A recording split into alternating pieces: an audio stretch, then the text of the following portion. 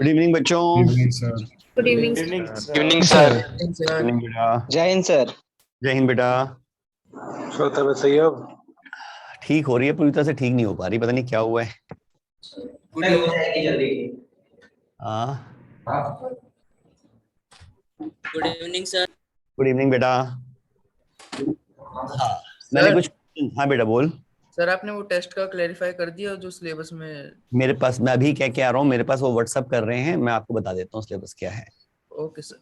Sir एक question पूछना था। मैं आपको क्वेश्चन भेजा था, एक मिनट, मेरे पास मैसेज आ गया है, एक मिनट रुक जाओ। सिलेबस में है इलेक्ट्रिक फील्ड कहाँ तक है, वर्क।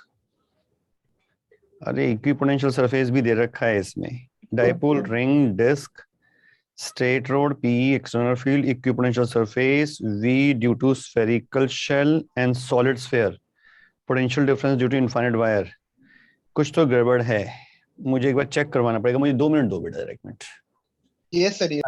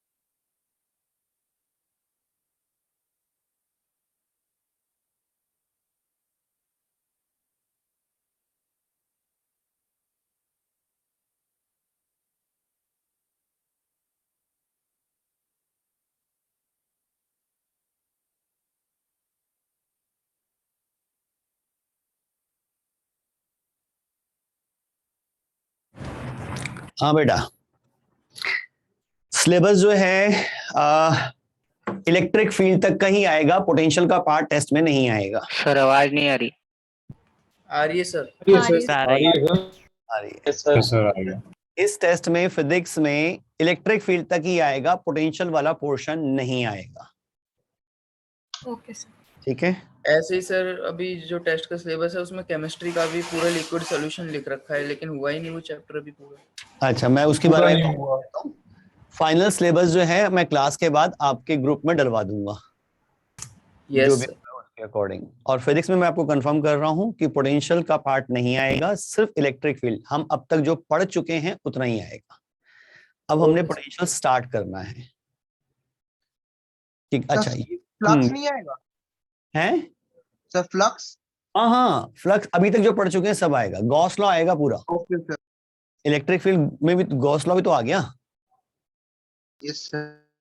पोटेंशियल वाला जो हमने आज स्टार्ट करना है वो नहीं आएगा। ठीक है।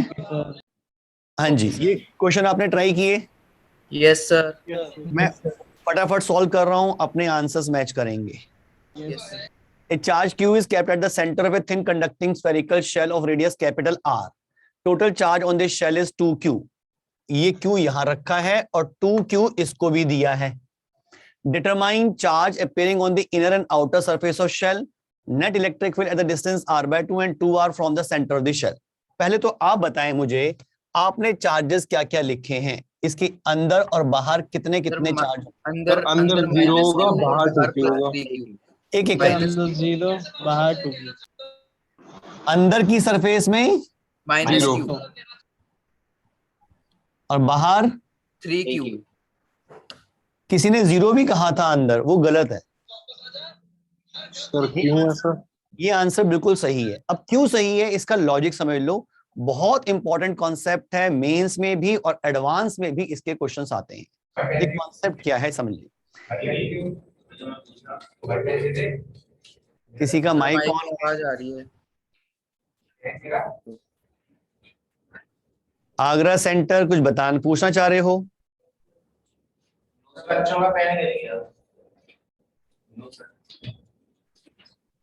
देखो भाई, हमने लास्ट क्लास में पढ़ा था कि कंडक्टिंग मटेरियल के अंदर इलेक्ट्रिक फील्ड हमेशा 0 होती है। क्या ये समझ में आया था पिछले डेरिवेशंस को देखते हुए? Yes sir. नहीं तो आप ये समझ सकते हो, कोई भी मैं कंडक्टिंग मटेरियल ले लूं, एक कंडक्टर ले लिया, सॉलिड कंडक्टर, और मैं कहता हूं कि अंदर इलेक्ट्रिक फील्ड 0 नहीं है। अगर अंदर इलेक्ट्रिक फील्ड 0 नहीं है तो कंडक्टर के अंदर तो बहुत सारे फ्री इलेक्ट्रॉन्स हैं जो मूव कर सकते हैं। तो वो इलेक्ट्रिक फील्ड उन फ्री इलेक्ट्रॉन्स पे फोर्स लगा रही होगी, और वो फ्री है मूव करने के लिए, तो क्या वो रेस्ट पे रहेंगे? नहीं वो भागना शुरू करेंगे फोर्स के अकॉर्डिंग। और वो कब तक भागेंगे? जब तक उन पे नेट फोर्स 0 ना हो जाए। और उन पे नेट फोर्स 0 कब होगा? जब अंदर इलेक्ट्रिक फील्ड 0 हो जाएगी। यानी कि कंडक्टर के अंदर हमेशा इलेक्ट्रिक फील्ड 0 होती है अंडर स्टैटिक कंडीशन। ध्यान नोट कर लो इस एक पॉइंट को। Electric field inside conducting material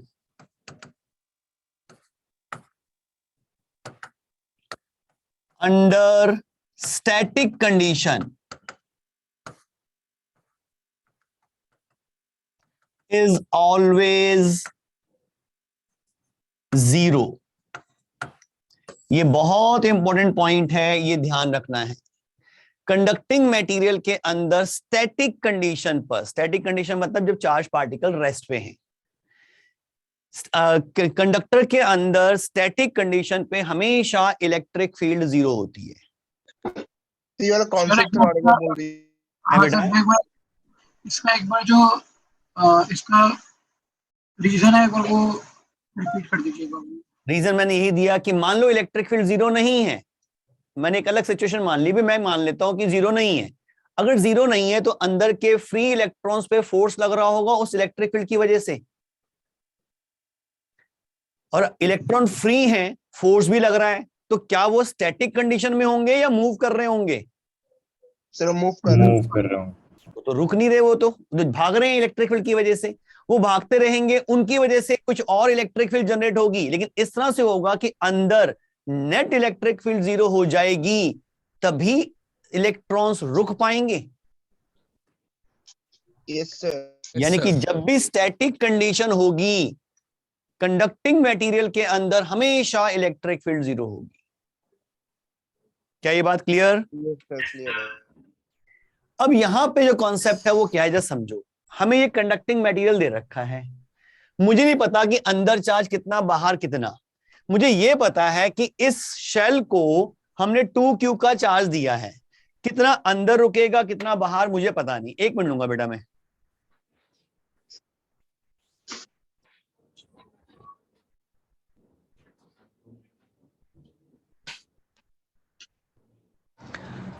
तो हम क्या करते हैं इसमें, देखो मैं पहले ये हटा रहा हूं चार्ज, मुझे नहीं पता कि अंदर कितना बाहर कितना। सेंटर पे रखा हुआ है कैपिटल Q चार्ज, सेंटर पे है कैपिटल Q चार्ज, इसको 2q दिया है।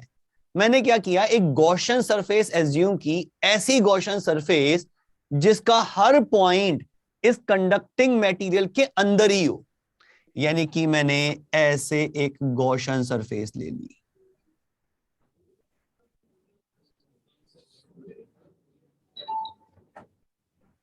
ये रेड कलर की गॉसियन सरफेस नजर आ रही है? Yes sir. गॉसियन सरफेस का हर पॉइंट कंडक्टर के अंदर है। Yes sir. कंडक्टिंग मटेरियल में इलेक्ट्रिक फील्ड 0 होती है। Yes sir. इस गॉसियन सरफेस के हर पॉइंट पे इलेक्ट्रिक फील्ड 0 होगी। अगर मैं इस गॉसियन सरफेस का फ्लक्स निकालना चाहूं तो ई ds, E dot ds, E dot ds, E dot ds हर जगह करूंगा, अरे हर जगह E0, तो इस गॉसियन सरफेस का नेट फ्लक्स 0 आएगा। Yes sir. और नेट फ्लक्स 0 है तो नेट एनक्लोज्ड चार्ज Q इन 0 होना चाहिए। Yes sir. Yes sir. अब यहां पर Q है तो इसकी इनर सरफेस पे कंफर्म -Q होना ही चाहिए। Yes sir. क्या ये बात क्लियर की है -Q क्यों आया? यस सर, चार्ज वो कैंसिल आउट हो जाएगा। Please repeat. नेट चार्ज 0 करने के लिए यहां पे -Q इंड्यूस होगा। Yes sir.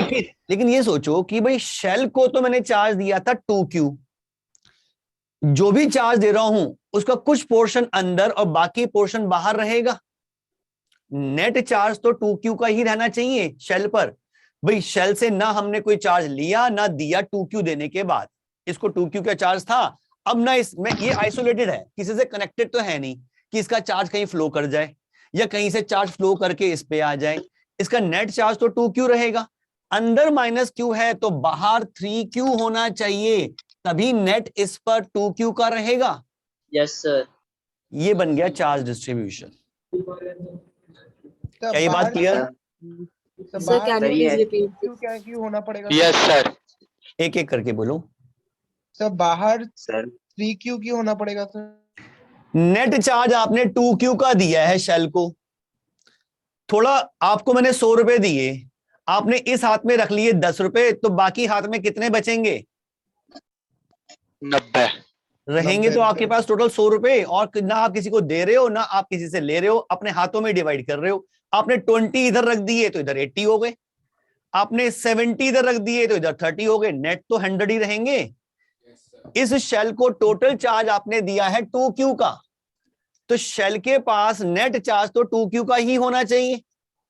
हाँ सर। अंदर की सरफेस में -q आ गया, तो बाहर कितना हो कि नेट 2q बन जाए? तो मतलब आप अंदर और एक बाहर ऐसे क्यों ले रहे थे?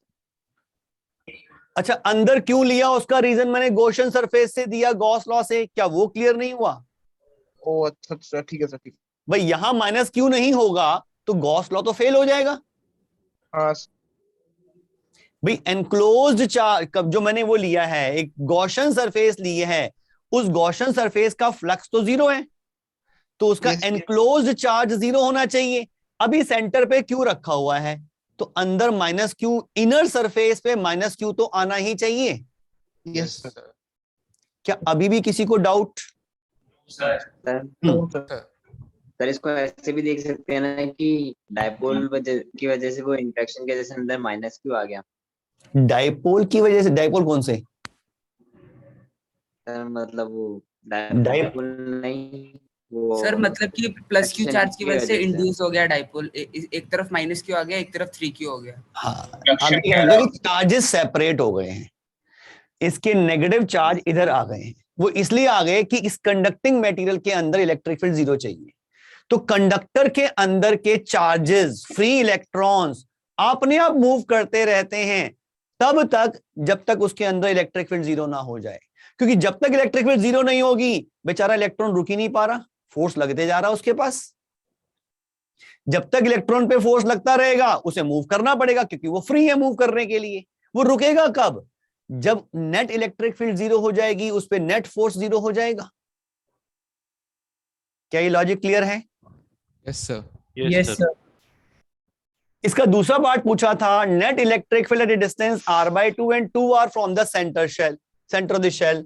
अगर मैं यहां एक पॉइंट लेता हूं r/2 पर, यहां पे इलेक्ट्रिक फील्ड निकालनी है तो ऐसे गॉसियन सरफेस मान लूं। Yes sir. सिमेट्री है तो मैं कह सकता हूं कि इसमें जो फ्लक्स निकलेगा वो E इंटू 4 r/2 का स्क्वायर निकलेगा। इस गॉसियन सरफेस का flux yes sir. Is equals to Q in by epsilon naught.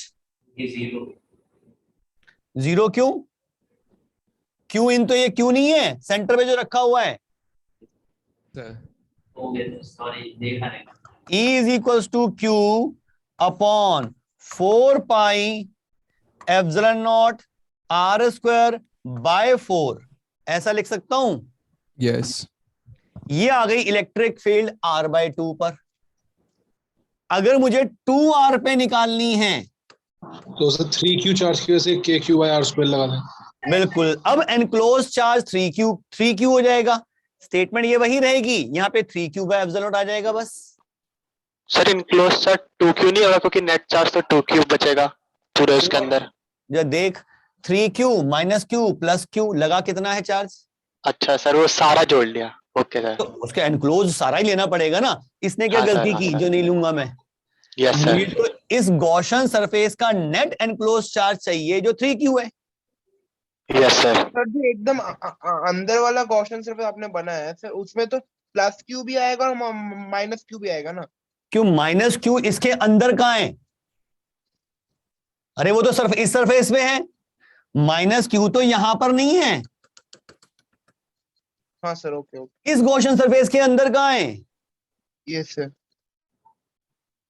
और सर हम जो ये कंडीशन है हम स्टैटिक कंडीशन पे क्यों देख रहे हैं? मतलब क्वेश्चन मतलब मेंशन नहीं है कि हम स्टैटिक कंडीशन पे। मैं इसलिए बता रहा हूं कि हम करंट वाले चैप्टर में भी पढ़ेंगे। करंट जब फ्लो करेगी तब भी हम कंडक्टर की बात करेंगे, और तब कंडक्टर के अंदर हम इलेक्ट्रिक फील्ड को नॉन जीरो कर देंगे, क्योंकि वो स्टैटिक कंडीशन नहीं होंगी, उसमें चार्ज फ्लो कर रहा होगा। यहां तो बताया भी चार्ज दिया कहां हुआ, ये फटाफट प्रोसेस हो जाता है इतनी जल्दी। एक सिंपल सा कॉन्सेप्ट देखो जरा, आज पहले वही डिस्कस करते हैं, इंपॉर्टेंट है।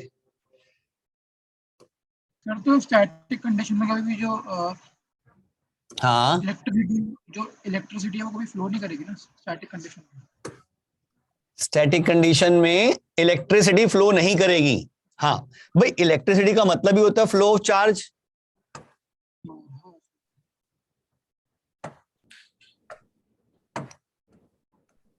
देखो जरा एक केस देखो, हमने ये तो पढ़ा कि दो पैरेलल प्लेट्स यूज करके, एक में प्लस सिग्मा ले लूं एक में माइनस सिग्मा ले लूं, तो इसके बीच में एक यूनिफॉर्म इलेक्ट्रिक फील्ड जनरेट कर सकता हूं मैं।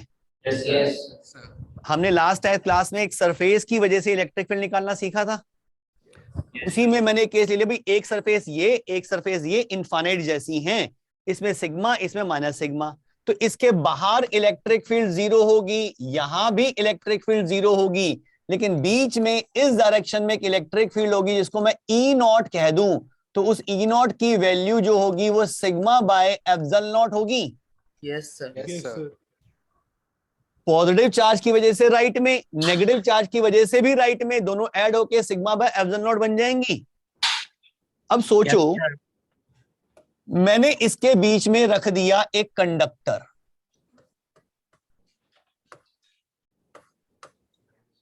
इस इलेक्ट्रिक फील्ड को मैंने E0 कहा जो मैंने अप्लाई कर रखी है।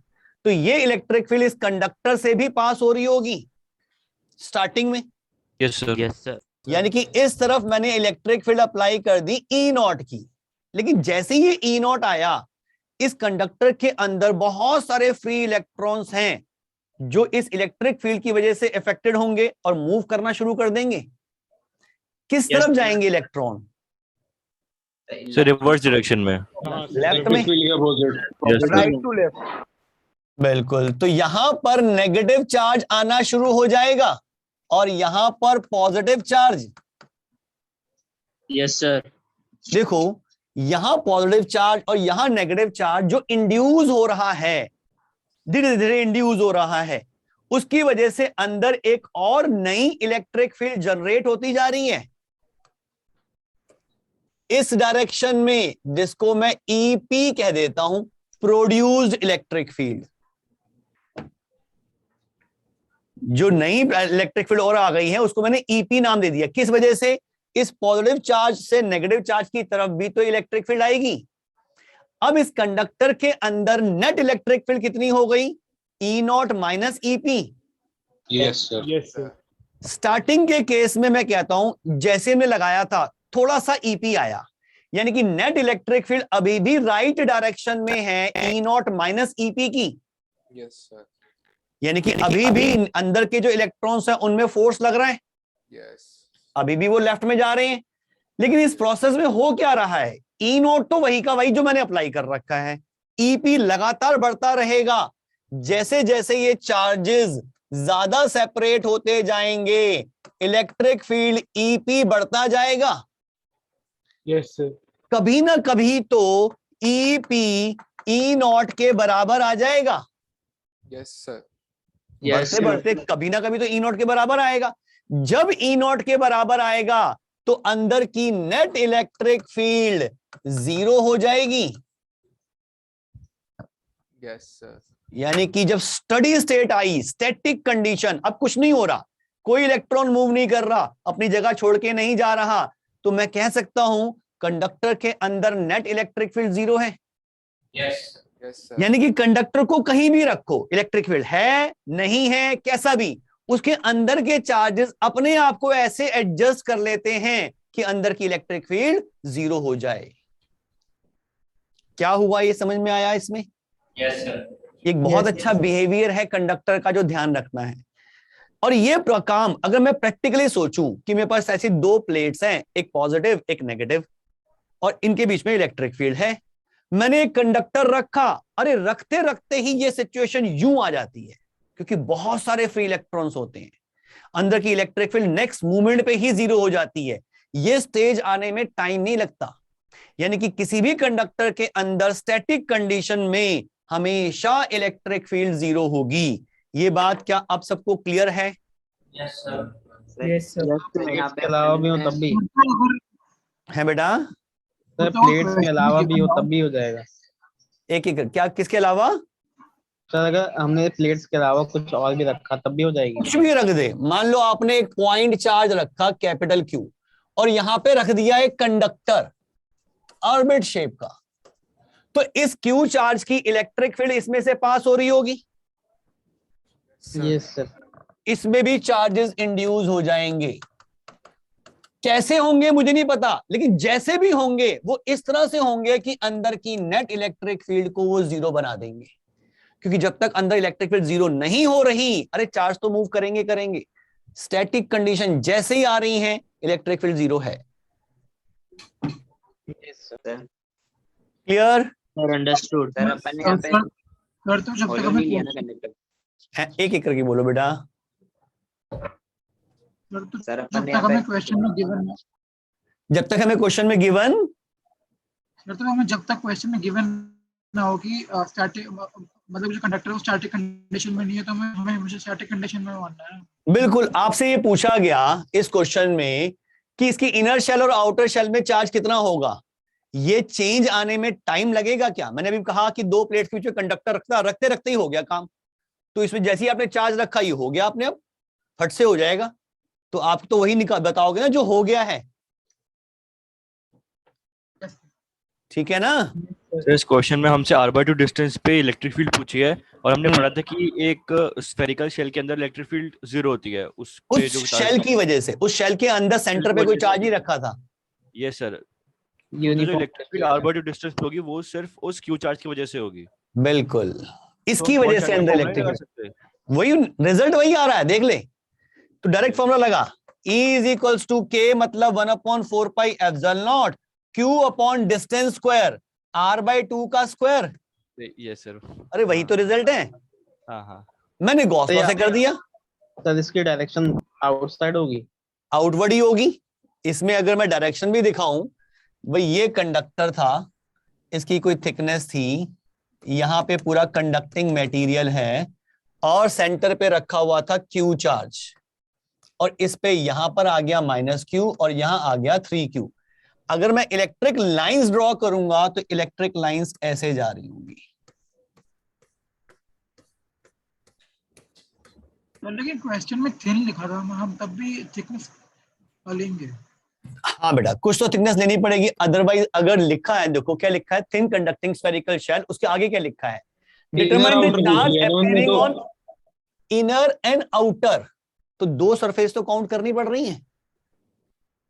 अगर मैं 0 कर दूं तो इनर क्या और आउटर क्या, हो तो एक ही सरफेस,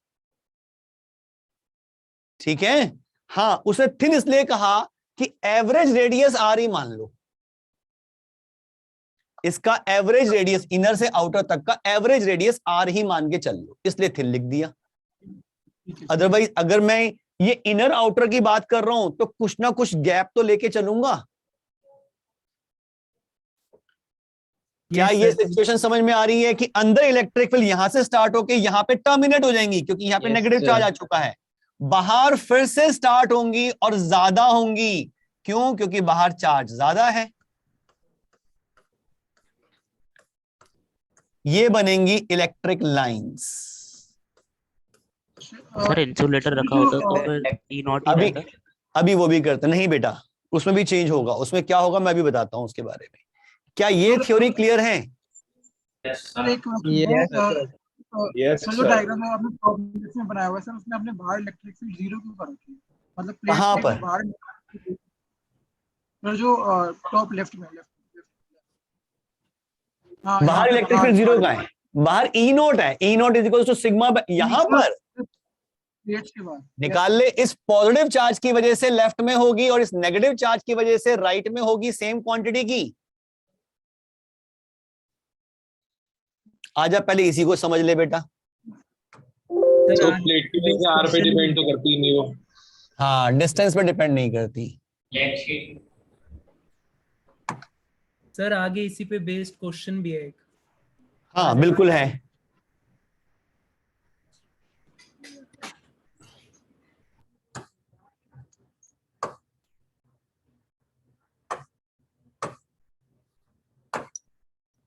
देख जरा,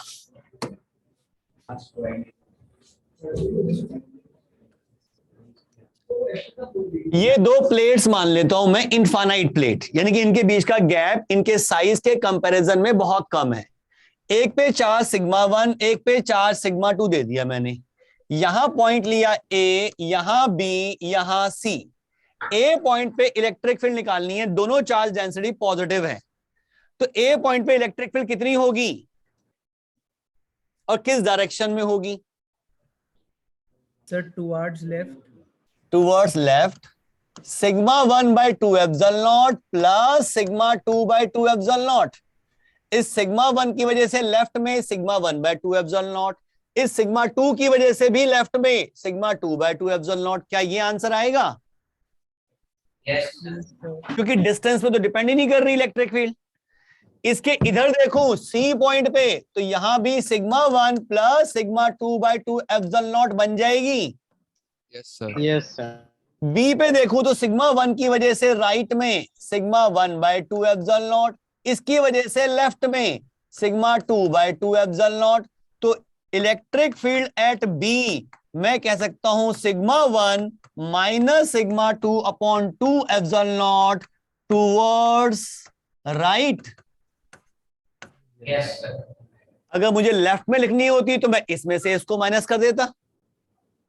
क्योंकि अभी तो मुझे पता ही नहीं कि सिग्मा 1 बड़ा है या सिग्मा 2 बड़ा है। ऐसा ही केस अगर मैं ऐसा लूं कि भाई एक में चार्ज सिग्मा और एक में चार्ज माइनस सिग्मा, फिर से 3 पॉइंट ले लिए, A point, B point, C point, जरा निकाल ए पॉइंट पे इलेक्ट्रिक फील्ड कितनी होगी? 0। 0। इसकी वजह से इस तरफ सिग्मा बाय 2 एप्सिलॉन नॉट, इसकी वजह से राइट में क्वांटिटी वही है, तो नेट इलेक्ट्रिक फील्ड तो 0 आ गई। सेम यहां पर भी 0 आ जाएगी, लेकिन मिडल में देखूं तो इसकी वजह से राइट में पॉजिटिव है, रिपल्सिव, नेगेटिव है, अट्रैक्टिव, दोनों सेम डायरेक्शन में आ रही हैं, तो नेट कितनी आ गई? Sigma bye epsilon naught. Yes sir. क्यों हुआ, समझ में आ रहा है? अब ये कॉन्सेप्ट क्लियर है, चार्ज का डिस्ट्रीब्यूशन। इसमें हमें एक चीज और बतानी थी, net electric field at distance r/2 and 2r from the, अच्छा दोनों निकाल लिया हमने, 2r/2 पे तो ये निकल गई और 2r पे भी निकाल लेंगे, बस q की जगह पे 3q लगाना पड़ेगा। Yes sir, 3q kq/r² for epsilon not. कितने बच्चों का ये आंसर सही था? सर मेरा सही था सर। चलो बढ़िया है, जिनका सही नहीं था उनको समझ में आ रहा है? यस सर, ए पार्ट गलत हो गया था बस। अच्छा, नेक्स्ट क्वेश्चन देखें, फिर आगे कुछ और डिस्कस भी करेंगे, स्पेस छोड़ रखा है मैंने, पहले इन क्वेश्चंस को खत्म कर लें। सर 1 मिनट, पिछली स्लाइड नोट कर ली है। ये वाली? Sir yes sir. सर बोल बेटा। सर अपन ने जो कंडक्टर लिया उसकी थिकनेस नेग्लिजिबल ना। किसी को आवाज समझ में आ रही है? इलेक्ट्रिक फील्ड में रखा था सर शायद सर कह जो रहा है कि कंडक्टर लिया उसकी कंडक्टर की थिकनेस thickness। नेग्लिजिबल लिया ना। जो कंडक्टर लिया था किस केस में, ये वाला? सर इसकी थिकनेस नेग्लिजिबल वाला केस नहीं देखा ना अभी तक अपन। अरे ये पूरा सॉलिड कंडक्टर लिया है हमने, ये सॉलिड कंडक्टर है। हाँ सर, वो मैं पूछ रहा था कि अभी तक अपन नेग्लिजिबल थिकनेस वाला केस नहीं देखा ना। नेग्लिजिबल थिकनेस किसका? कंडक्टर का? अगर नेग्लिजिबल थिकनेस है मतलब एक सिंगल सरफेस लेनी है तो एक ही चार्ज डेंसिटी मान के चलेंगे बेटा, अदरवाइज उसका कोई यूज नहीं है। Sir once please show the question, previous one. कौन सा कह रहे हो बेटा, ये वाला आप कह रहे हो क्या? Yes sir.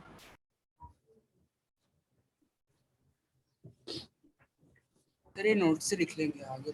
Yes sir, next question करा दीजिए सर। चलो जी नेक्स्ट क्वेश्चन सर देखते आप हैं। टेलीग्राम पे डाल दे करो क्लास के बाद नोट्स। अच्छा, वैसे तो आ जाते हैं हाथ के हरिए, तो मैं अभी क्लास खत्म करूंगा, खत्म होते ही क्लास में चले जाते हैं, यहीं से अपलोड हो जाते हैं अपने आप। सर आ जाते हैं वो जल्दी। हाँ देखो भाई, a point charge minus Q is kept at the centre of an uniformly charge होगा,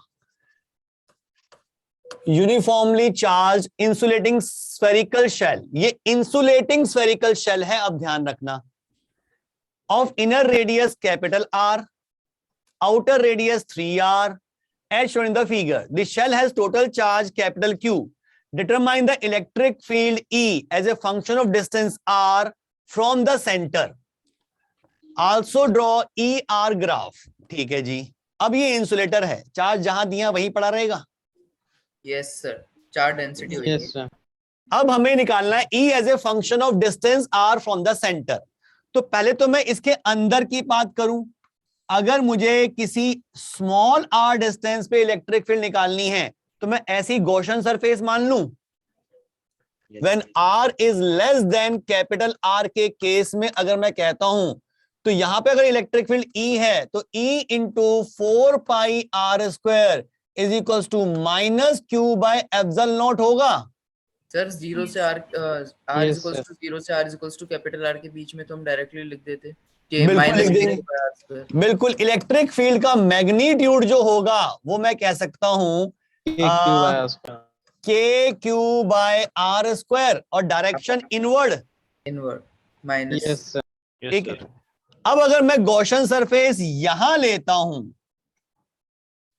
कुछ भी इलेक्ट्रिक फील्ड मान लूं, एनक्लोज्ड चार्ज, अच्छा एनक्लोज्ड चार्ज निकालना पड़ेगा, तो हम क्या करते हैं, एक गॉसियन सरफेस, ये दिखा दूं, येलो नजर नहीं आ रहा था तो मैं ब्लू से बना रहा हूं। मैंने R radius, small R radius की एक गॉसियन सरफेस मानी, इस पे अगर ई निकालनी है, मैं सब दूसरा केस लेके चल रहा हूं, when R is greater than capital R and less than 3r, तो 4r होएगा ना। क्यों 4r क्यों भाई? ये r और यहीं से 3r है ना बेटा। अरे 3r तो सेंटर से ही है ना। E into 4 pi are square is equal to Q in by epsilon naught. Yes sir. अब मुझे ये बताओ क्यू इन कितना? Sir minus Q plus density और ना पार्ट। बहुत बढ़िया, माइनस क्यू तो अंदर है, बाकी यहां पे जो चार्ज है वो भी तो कंसिडर करना पड़ेगा। Yes sir. अब ये कैसे निकालें? तो पहले डेंसिटी डिफाइन करता हूं। डेंसिटी होगी कैपिटल क्यू अपॉन 4/3 पाई 3r cube minus r cube. Yes कहाँ पे? माते वो आपको उल्लू बना रहा, तुम समझते क्यों नहीं हो? किसी का माइक ऑन है भाई? बाद में उल्लू बना लेना, पढ़ लो अभी तो। ये क्लियर है?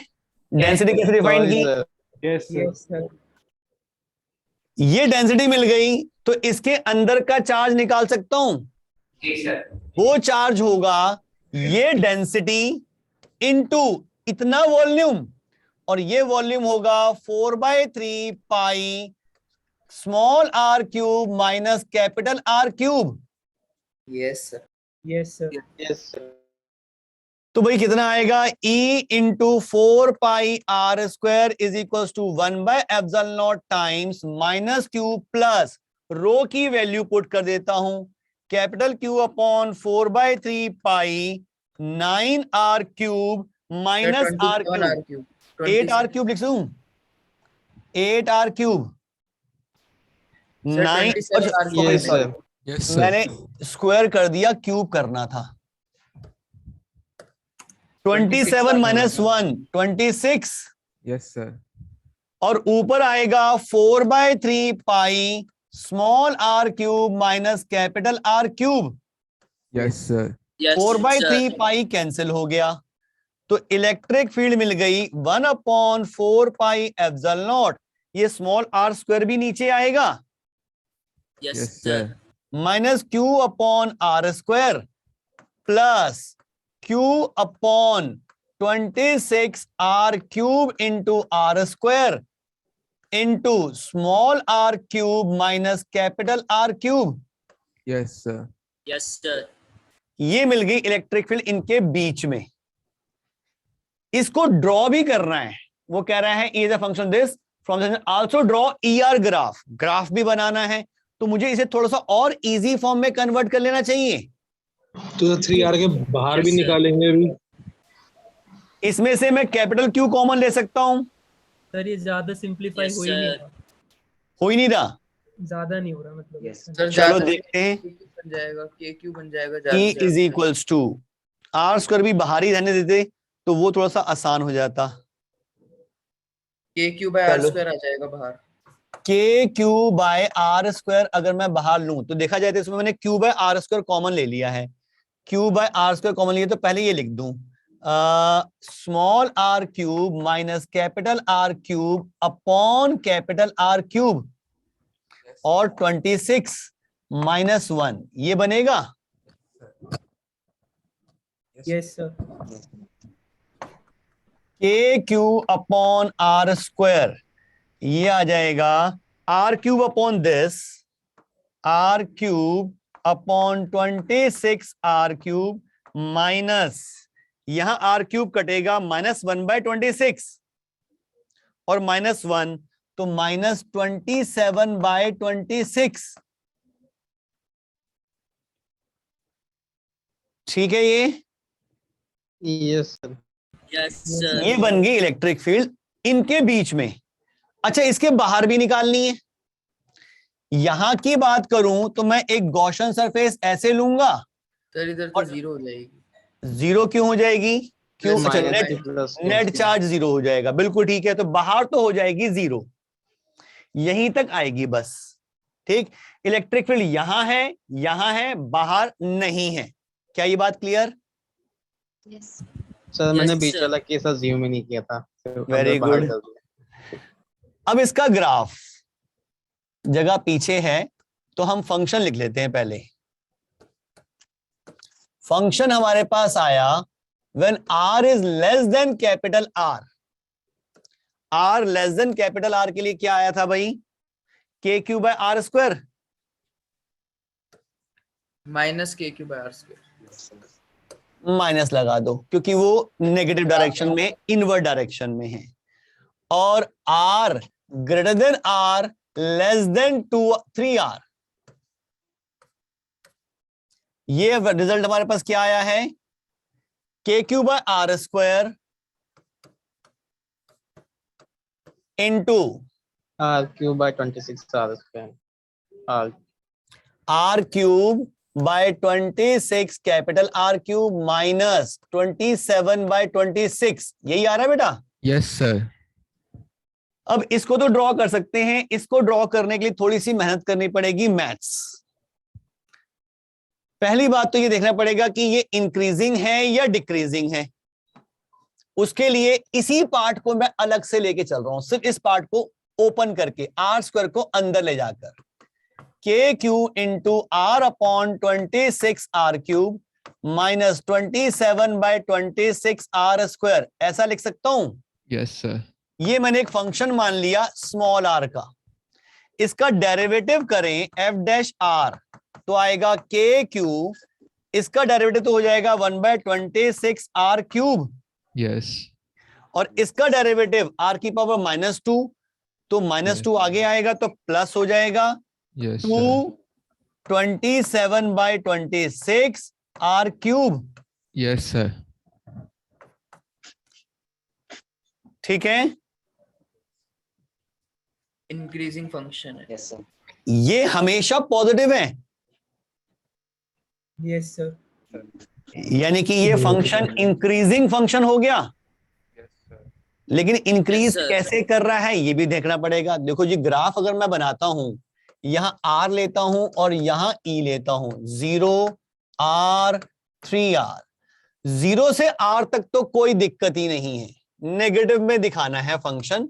और 0 के आसपास तो वो इंफिनिटी को अप्रोच कर रहा है, 0 के आसपास तो वो माइनस इंफिनिटी को अप्रोच करेगा और उससे मूव करेगा इस तरफ। कैपिटल R तक कोई नेगेटिव वैल्यू आएगी ऐसे, ये वैल्यू जो होगी KQ/R² नेगेटिव का। Yes sir. ठीक, इसके बाद फंक्शन ये चल रहा है। जरा देखो, कैपिटल R की पुट, कैपिटल R ही अगर मैं पुट करता हूं इसमें तो आंसर क्या आएगा? KQ कैपिटल R पुट करूंगा तो नीचे R² बचेगा, 1/26 R² माइनस 27/26 R²। ये कितना बचेगा? -KQ/R² minus KQ/R²। Minus KQ/R²। Yes sir, continuous graph हो गया। यानी कि यहीं से स्टार्ट हो रहा है। और एंड 3R पे कितनी वैल्यू आएगी? जरा 3R पुट करके देखो इसमें, R की जगह पर 3R पुट करूंगा तो ये आएगा कितना? -24 आ जाएगा ना, -24/26।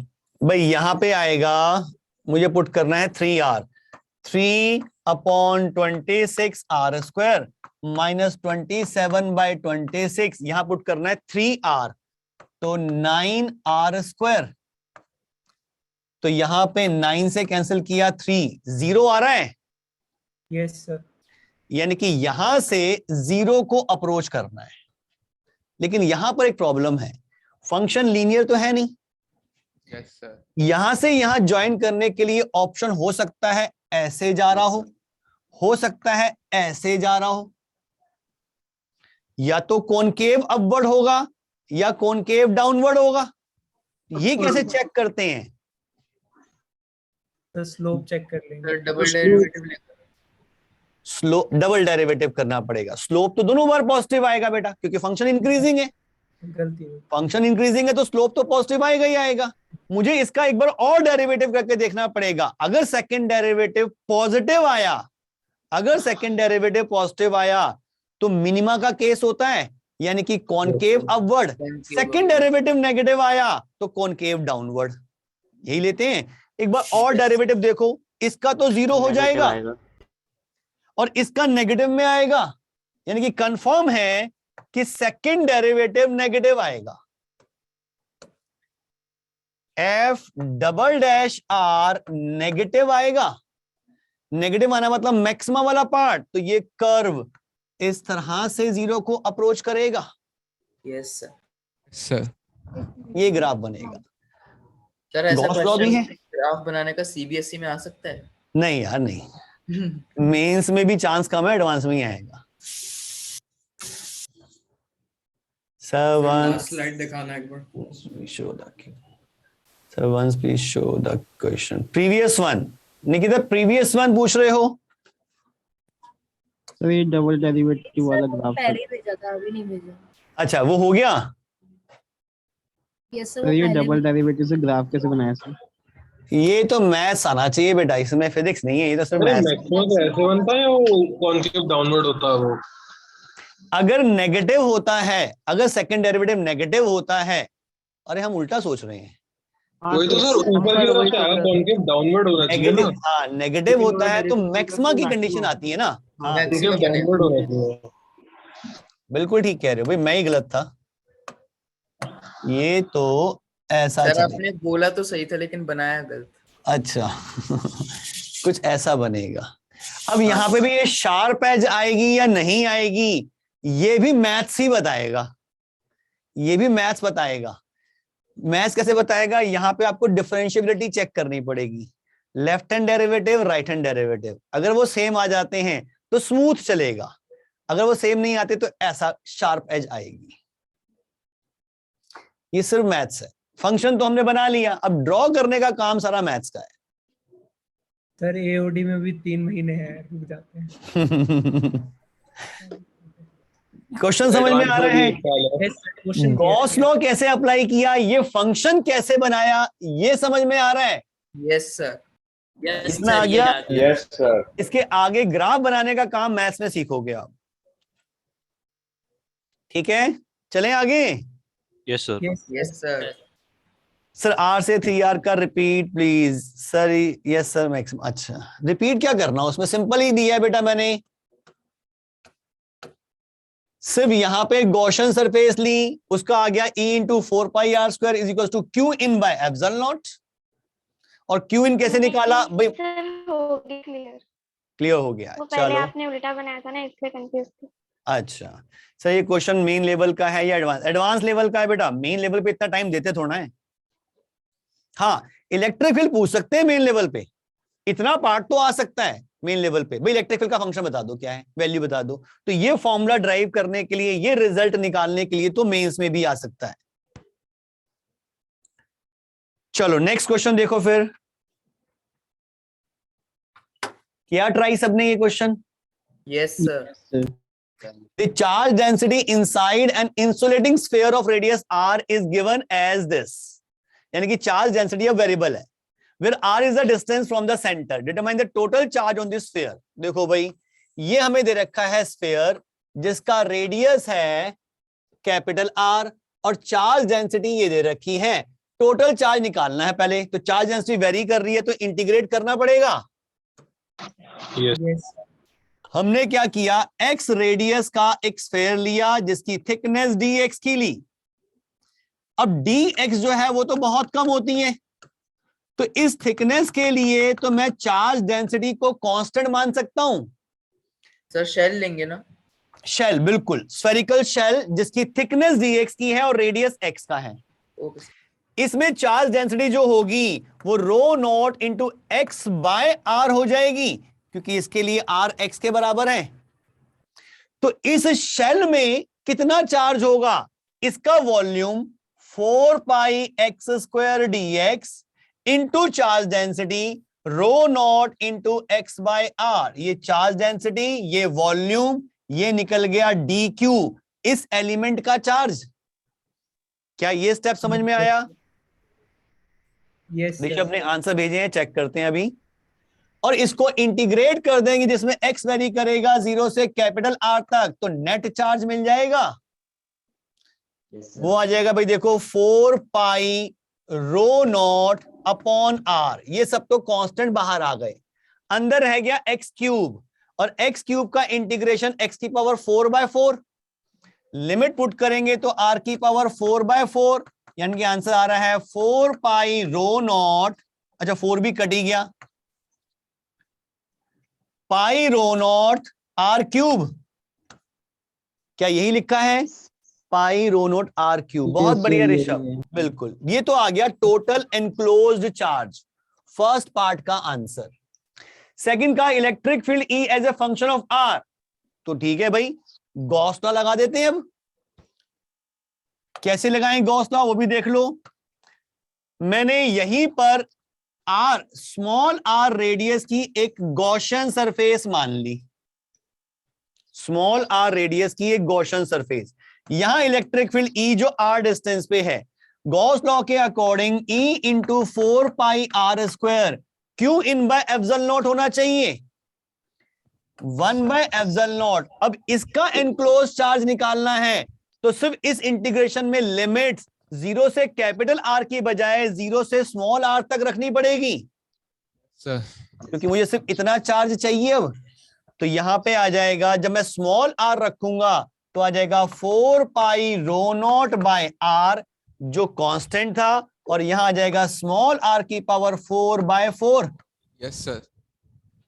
तो यहां देखो भाई, 4 पाई यहां से कैंसिल कर देता हूं, आर स्क्वायर यहां से कैंसिल करता हूं, तो मुझे E मिल गया rho naught r square upon 4 epsilon R। ये आ रही है electric field as a function of small r, rho naught r square upon 4 epsilon R। बहुत बढ़िया ऋषभ, बिल्कुल ठीक आंसर है। सर मेरा फर्स्ट तो आ गया था सर, लेकिन सेकंड में ये प्रॉब्लम हो रही थी कि एलिमेंट कैसे लेंगे सर। फर्स्ट तो में तो एलिमेंट लेना है, सेकंड में एलिमेंट थोड़ा लेना है। सेकंड में तो हमें गॉस लॉ लगाना है, चार्ज निकालने के लिए कैसे एलिमेंट लिया? सर नहीं सर, वो तो हो गया था सर सेकंड वाले में सर।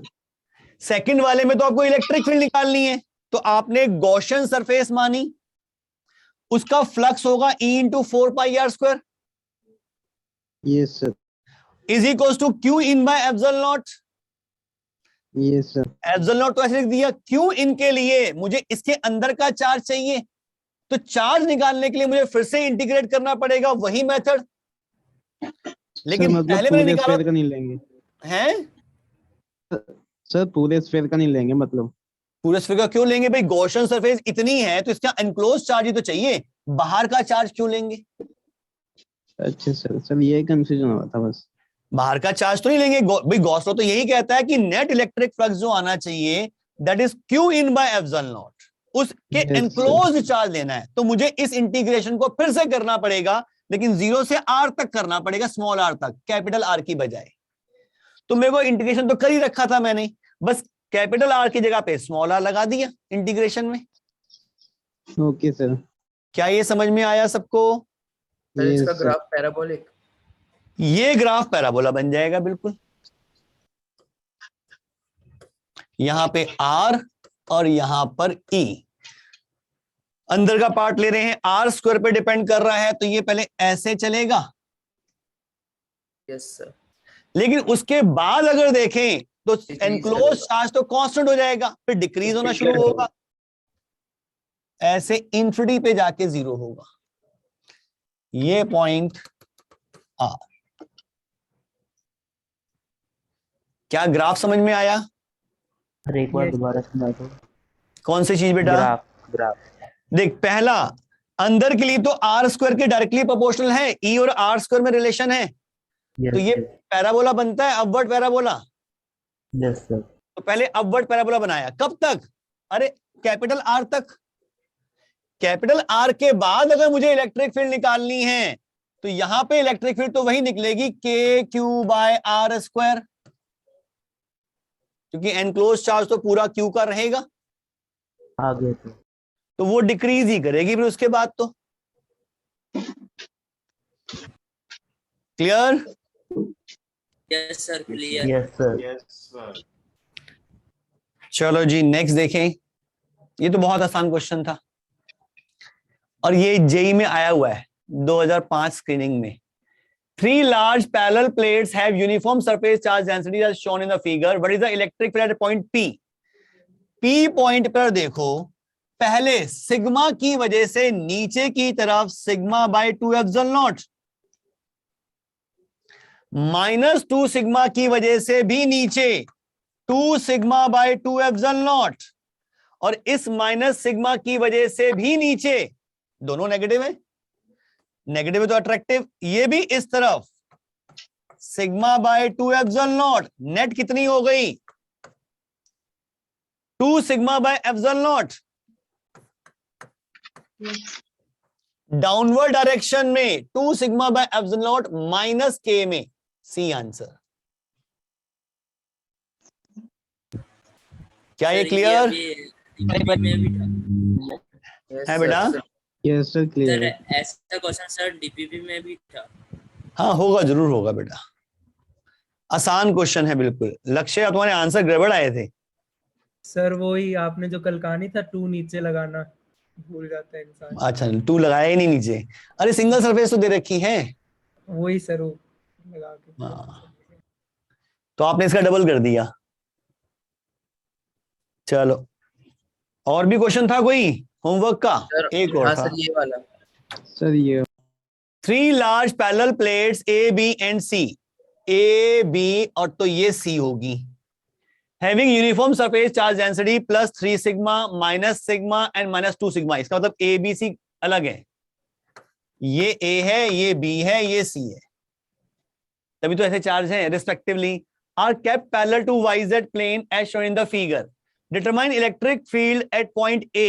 अच्छा, यहां पे point A दे रखा है and point B। Draw EX graph assuming rightward direction of the electric field to be positive। मुझे लगता कोई मुश्किल काम है। अगर मैं यहां देखूं तो 3 सिग्मा की वजह से राइट में, माइनस सिग्मा की वजह से लेफ्ट में, माइनस 2 सिग्मा के लेफ्ट में, यहां तो इलेक्ट्रिक फील्ड 0, यानी कि इसके इधर तो इलेक्ट्रिक फील्ड है ही नहीं। बीच में देखूं बी पर 2 सिग्मा की वजह से राइट में,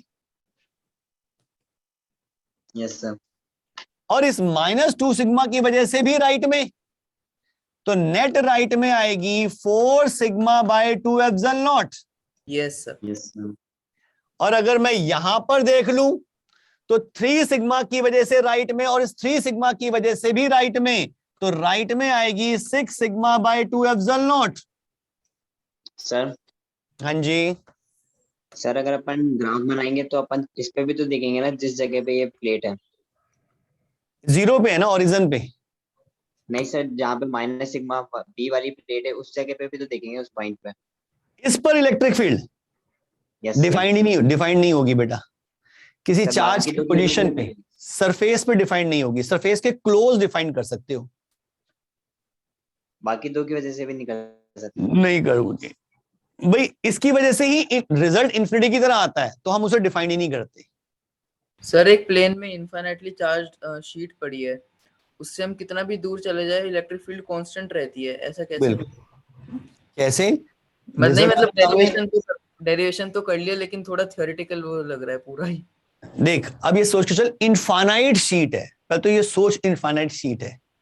पहले तो उस चीज को विजुलाइज कर कि तेरे घर के बाहर एक दीवार खड़ी हुई है, यस सर। जो जमीन के अंदर भी बहुत नीचे तक जा रही है और ऊपर भी पता नहीं कहां तक है, अल्लाह का, और इधर भी, राइट में भी, लेफ्ट में भी। अब लगा इलेक्ट्रिक फील्ड कैसे होगी? सब जगह सेम आनी चाहिए, नहीं आनी चाहिए भाई? एक इनफाइनाइट शीट है, तो यहां खड़ा हुआ है, इनफाइनाइट शीट के सामने यहां खड़ा हुआ है, मिडल में खड़ा हुआ है मान लो, लेकिन मिडल क्या तो ये भी नहीं पता होगा, क्योंकि यहां भी इन्फिनिटी है, यहां भी इन्फिनिटी। ऊपर चला गया यहां पर तो भी ऊपर इन्फिनिटी, नीचे भी इन्फिनिटी। थोड़ा सा और 10 किलोमीटर और ऊपर चला गया, ऊपर भी इन्फिनिटी, नीचे भी इन्फिनिटी। क्या कोई फर्क पड़ा? नहीं सर। तो हर जगह एक जैसी नहीं होगी सर प्लेन में तो एक जैसी होगी, वो तो आ गया। अच्छा, दूर की वजह से। हाँ सर। दूर का लॉजिक बिना मैथ्स के तो नहीं कह सकता मैं कुछ ऐसे। सर ऐसे नहीं समझ सकते, उस पे चार्ज इतना ज्यादा होगा इनफिनाइट शीट पे, उसकी इंटेंसिटी इतनी ज्यादा है हर जगह। नहीं ज्यादा तो है, लेकिन हर जगह सेम क्यों है? बिना मैथ्स के तो प्रूफ करना मुश्किल है। सेम हो गई बहुत ज्यादा। कितना भी दूर जाए वो सिमिलर सिचुएशन ही होगी।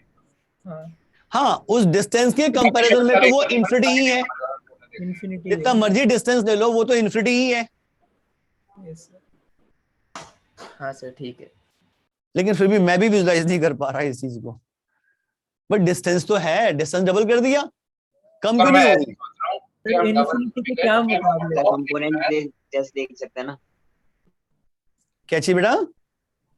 सर, ऊपर वालों की वजह से कंपोनेंट लेके देख सकते हैं ना, उनका कंपोनेंट बाद में ज्यादा स्ट्रांग होगा तो वो आगे की साइड में ज्यादा। हाँ बिल्कुल, ये कह सकते हैं कि पॉइंट नजदीक है तो इनकी वजह से तो स्ट्रांग आ रही है, दूर वाले पॉइंट की वजह से कंपोनेंट जो है वो वीक होंगे। दूर जाते रहेंगे तो उनका कंपोनेंट बढ़ता जाएगा, इसका कम हुआ तो उनका बढ़ गया, ये सोच सकते हैं बिल्कुल।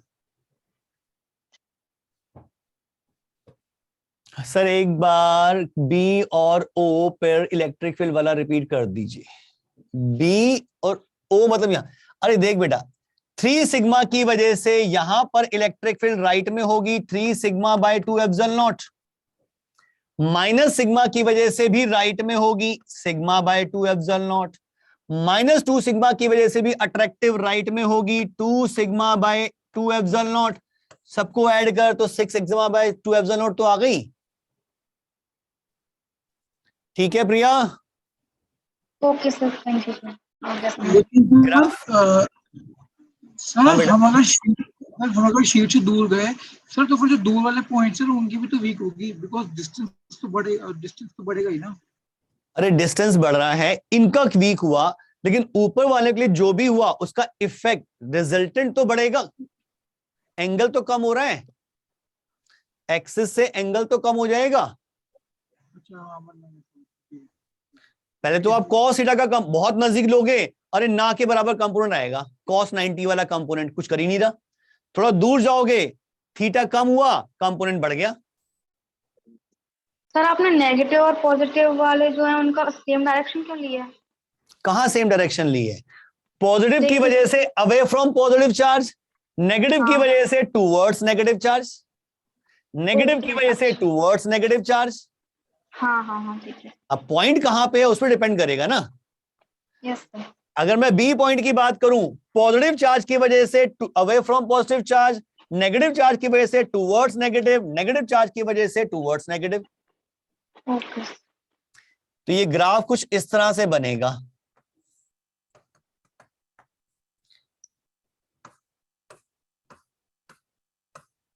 यहां पे आ जाएगा 3 सिग्मा बाय एप्सिलॉन नॉट, ये आ जाएगा 2 सिग्मा बाय एप्सिलॉन नॉट, और ये 0। और ये पॉइंट डिस्टेंस है जो भी दे रखा है, ये वाली पोजीशन जो भी दे रखी है, ये पोजीशन बी प्लेट और ये सी प्लेट, ये ए प्लेट। क्या ये clear? Yes sir. Yes sir. Yes sir, clear. Arnab पूछ रहा है सर, अगर इनफाइनाइट क्यूब ले लें या सिलेंडर एंड उसके बाहर एक चार्ज है तो उसका तो फ्लक्स बन जाएगा ना, क्योंकि इलेक्ट्रिक फील्ड लाइंस कभी सरफेस क्रॉस ही नहीं हो पाएंगी। इनफाइनाइट क्यूब क्या होगा?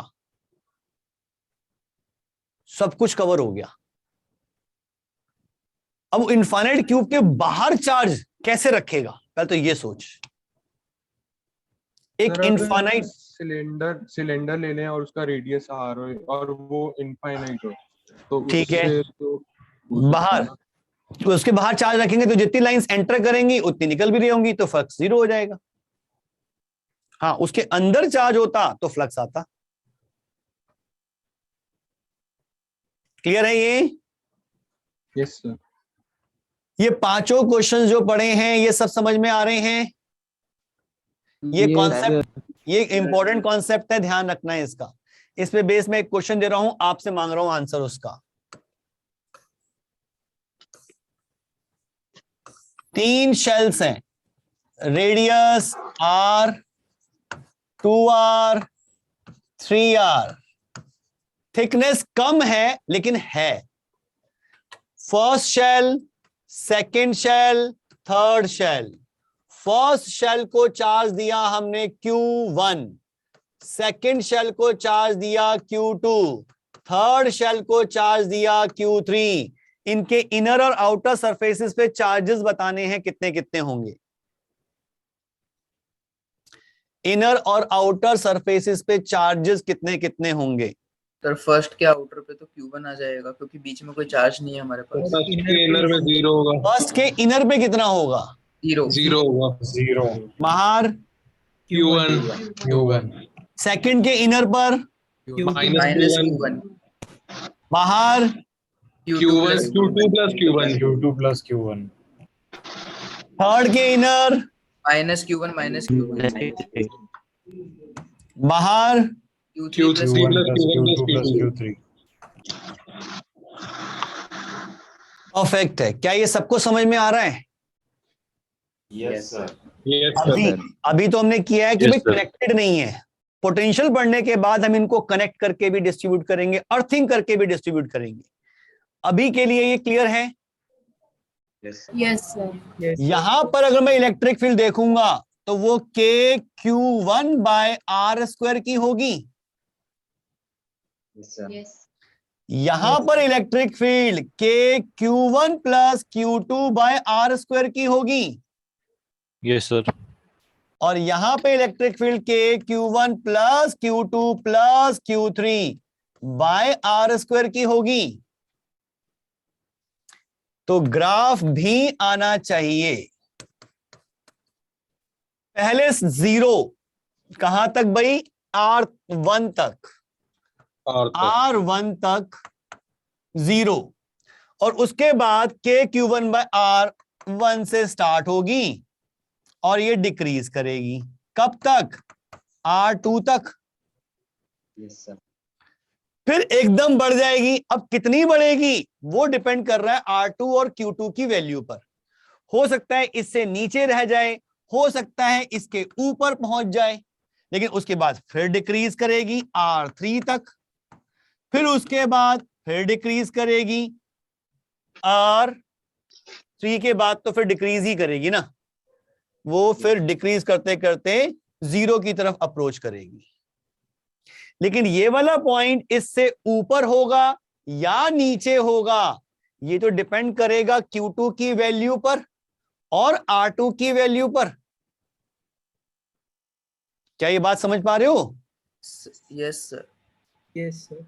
सर हाँ जी सर, अभी तक हमने जो जो चैप्टर में पढ़ा है जैसे गॉस लॉ हो गया और हमने अनचार्ज बॉडी को प्लस और नेगेटिव दोनों ही मानकर उसको न्यूट्रल कर दिया था कई क्वेश्चंस में हमारी इसके लिए, तो वो सब हम ग्रेविटेशन में कर सकते हैं? दोबारा बता, एक बार दोबारा से। सर जैसे कई जगह हमने जैसे अनचार्ज बॉडी है कोई तो उसको उतने ही डेंसिटी का प्लस भी मान लिया और माइनस भी मान लिया, बिल्कुल तो सेम ग्रेविटेशन में और बिल्कुल सेम ग्रेविटेशन में करते हैं। वहां पे हम इमेजिनरी नेगेटिव मास भी मान लेते हैं। जितने भी कैविटी के क्वेश्चन है बिल्कुल वैसे ही करते हैं। Okay sir. ग्राफ में R1 R2 R3 का ओपन सर्कल होगा ना? हाँ बिल्कुल ओपन होगा यहां पर।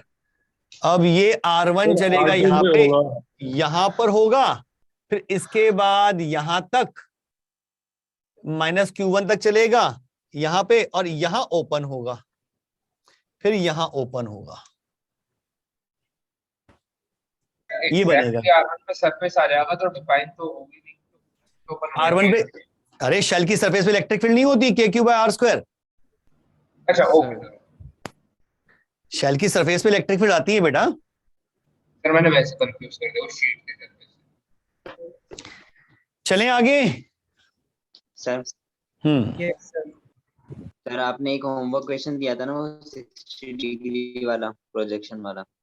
हाँ हाँ हाँ हाँ, वो किया आप लोगों ने? पूछा भी नहीं शायद। सर वो सर आपने उसमें कहा 3D में सॉलिड एंगल से करना है, 3D में करना है कि उसको 2D में लेके? सॉलिड एंगल का हेल्प लेनी है, मैंने ये बताया था। Yes sir. जरा सोचो जरा इसमें। Yes sir. ये लाइन जो निकली वो इधर गई, इसके नीचे जो लाइन निकली होगी वो इसके नीचे से ही जाएगी, कट तो करनी नहीं है। यहां वाली इधर जाएगी, ये ऐसे जाएगी, ऐसे ही 60 डिग्री पे यहां निकाल दूं तो ये भी घूमती हुई ऐसे 30 डिग्री पे ही बाकी मीट करेगी। Yes sir. सिमेट्री। बाकी सब ऐसे ही जाएंगी जैसे वो जा रही हैं। लेकिन एक चीज का ध्यान रखोगे, ये जो 60 डिग्री है, अगर ये चार्ज ना भी होता तो भी ये स्टार्ट 60 डिग्री से ही हो रही होती। पहले तो इस चीज को विजुलाइज करना है।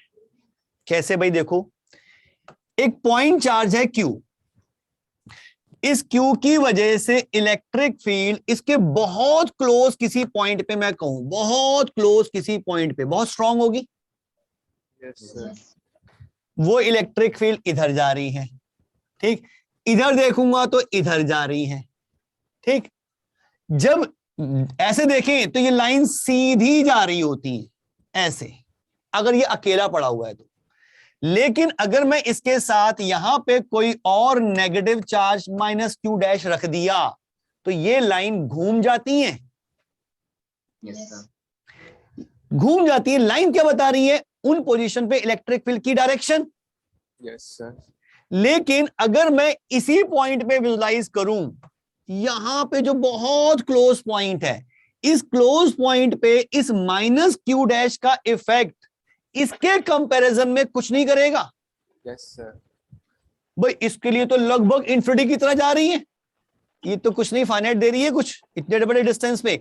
यानी कि इस एंगल पे कोई फर्क नहीं पड़ेगा। हाँ, इसके बाद ऐसे सीधा जाने की बजाय ये घूम के इधर जाएगी। यानी कि जब ये आइसोलेटेड चार्ज था, कोई लाइन 60 डिग्री पे निकल रही थी, अब साथ में ये भी रख दिया तो यहां से वो वाली लाइन अभी भी 60 पे निकल रही है, लेकिन इसकी वजह से आगे वो घूम कर इधर चली गई। क्या ये बात क्लियर? Yes sir.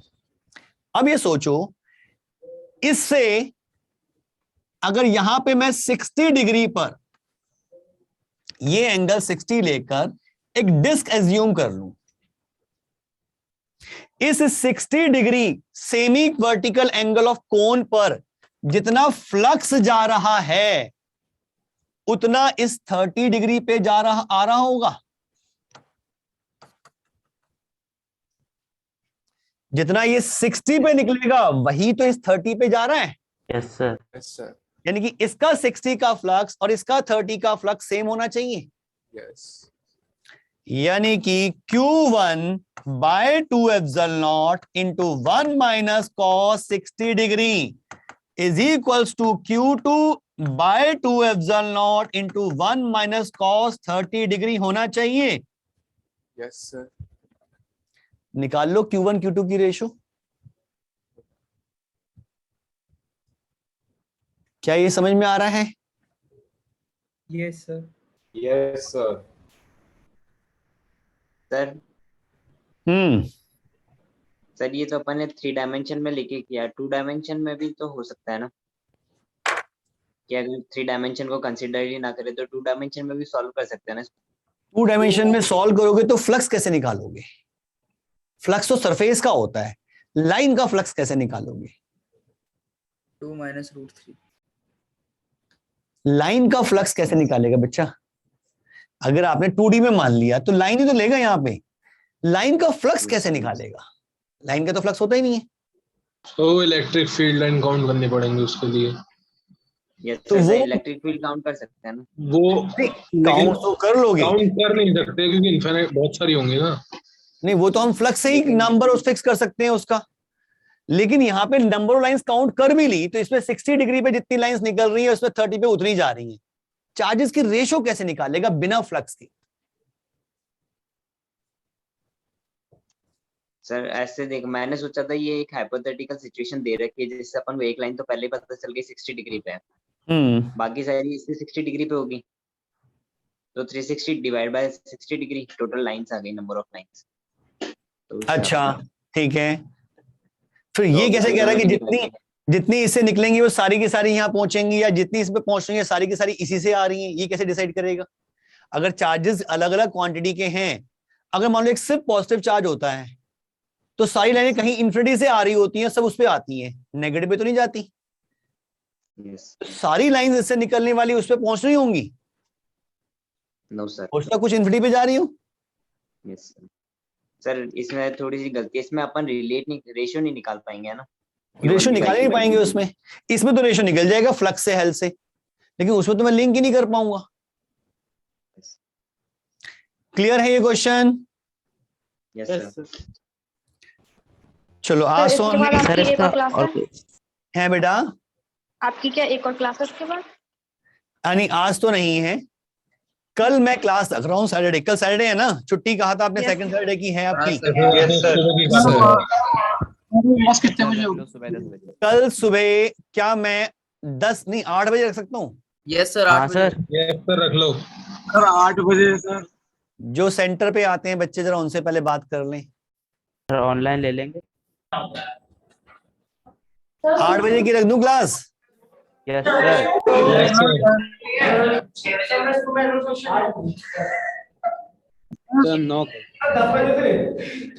एक एक करके। आगरा सेंटर कोई दिक्कत सुबह 8 बजे? No problem sir. No problem.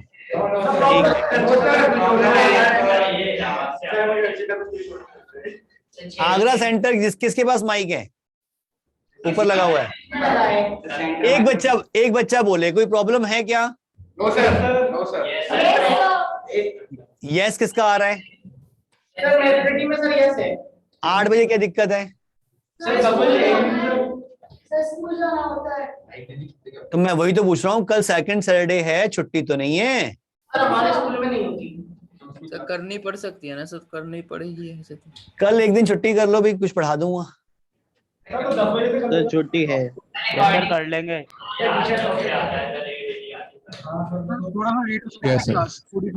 Indirapuram centre सुबह 8 बजे कोई दिक्कत? No sir. सेक्टर 4? सर कोई दिक्कत नहीं है। चलो जी, तो कल सुबह 8 बजे की क्लास रख देते हैं। कल लंबी क्लास रखोगे? जितना पढ़ा सके सर 8 बजे रख लो, रिकॉर्डिंग देख लेंगे जो अटेंड नहीं कर पाएंगे। ऐसा नहीं, कोशिश तो ये करो कि सब लाइव आए, रिकॉर्डिंग तो सेकंड ऑप्शन हो जाता है। इस क्वेश्चन को करने को कोई और सुबह अप्रोच हो सकता है बेटा? इस क्वेश्चन को करने का कोई और अप्रोच हो सकता है पीछे वाले को? इसको नहीं, मेरे पास तो कोई और सॉल्यूशन नहीं है। आपके पास हो तो मुझे बताना जरूर। सर प्लीज 9 बजे से ले लो।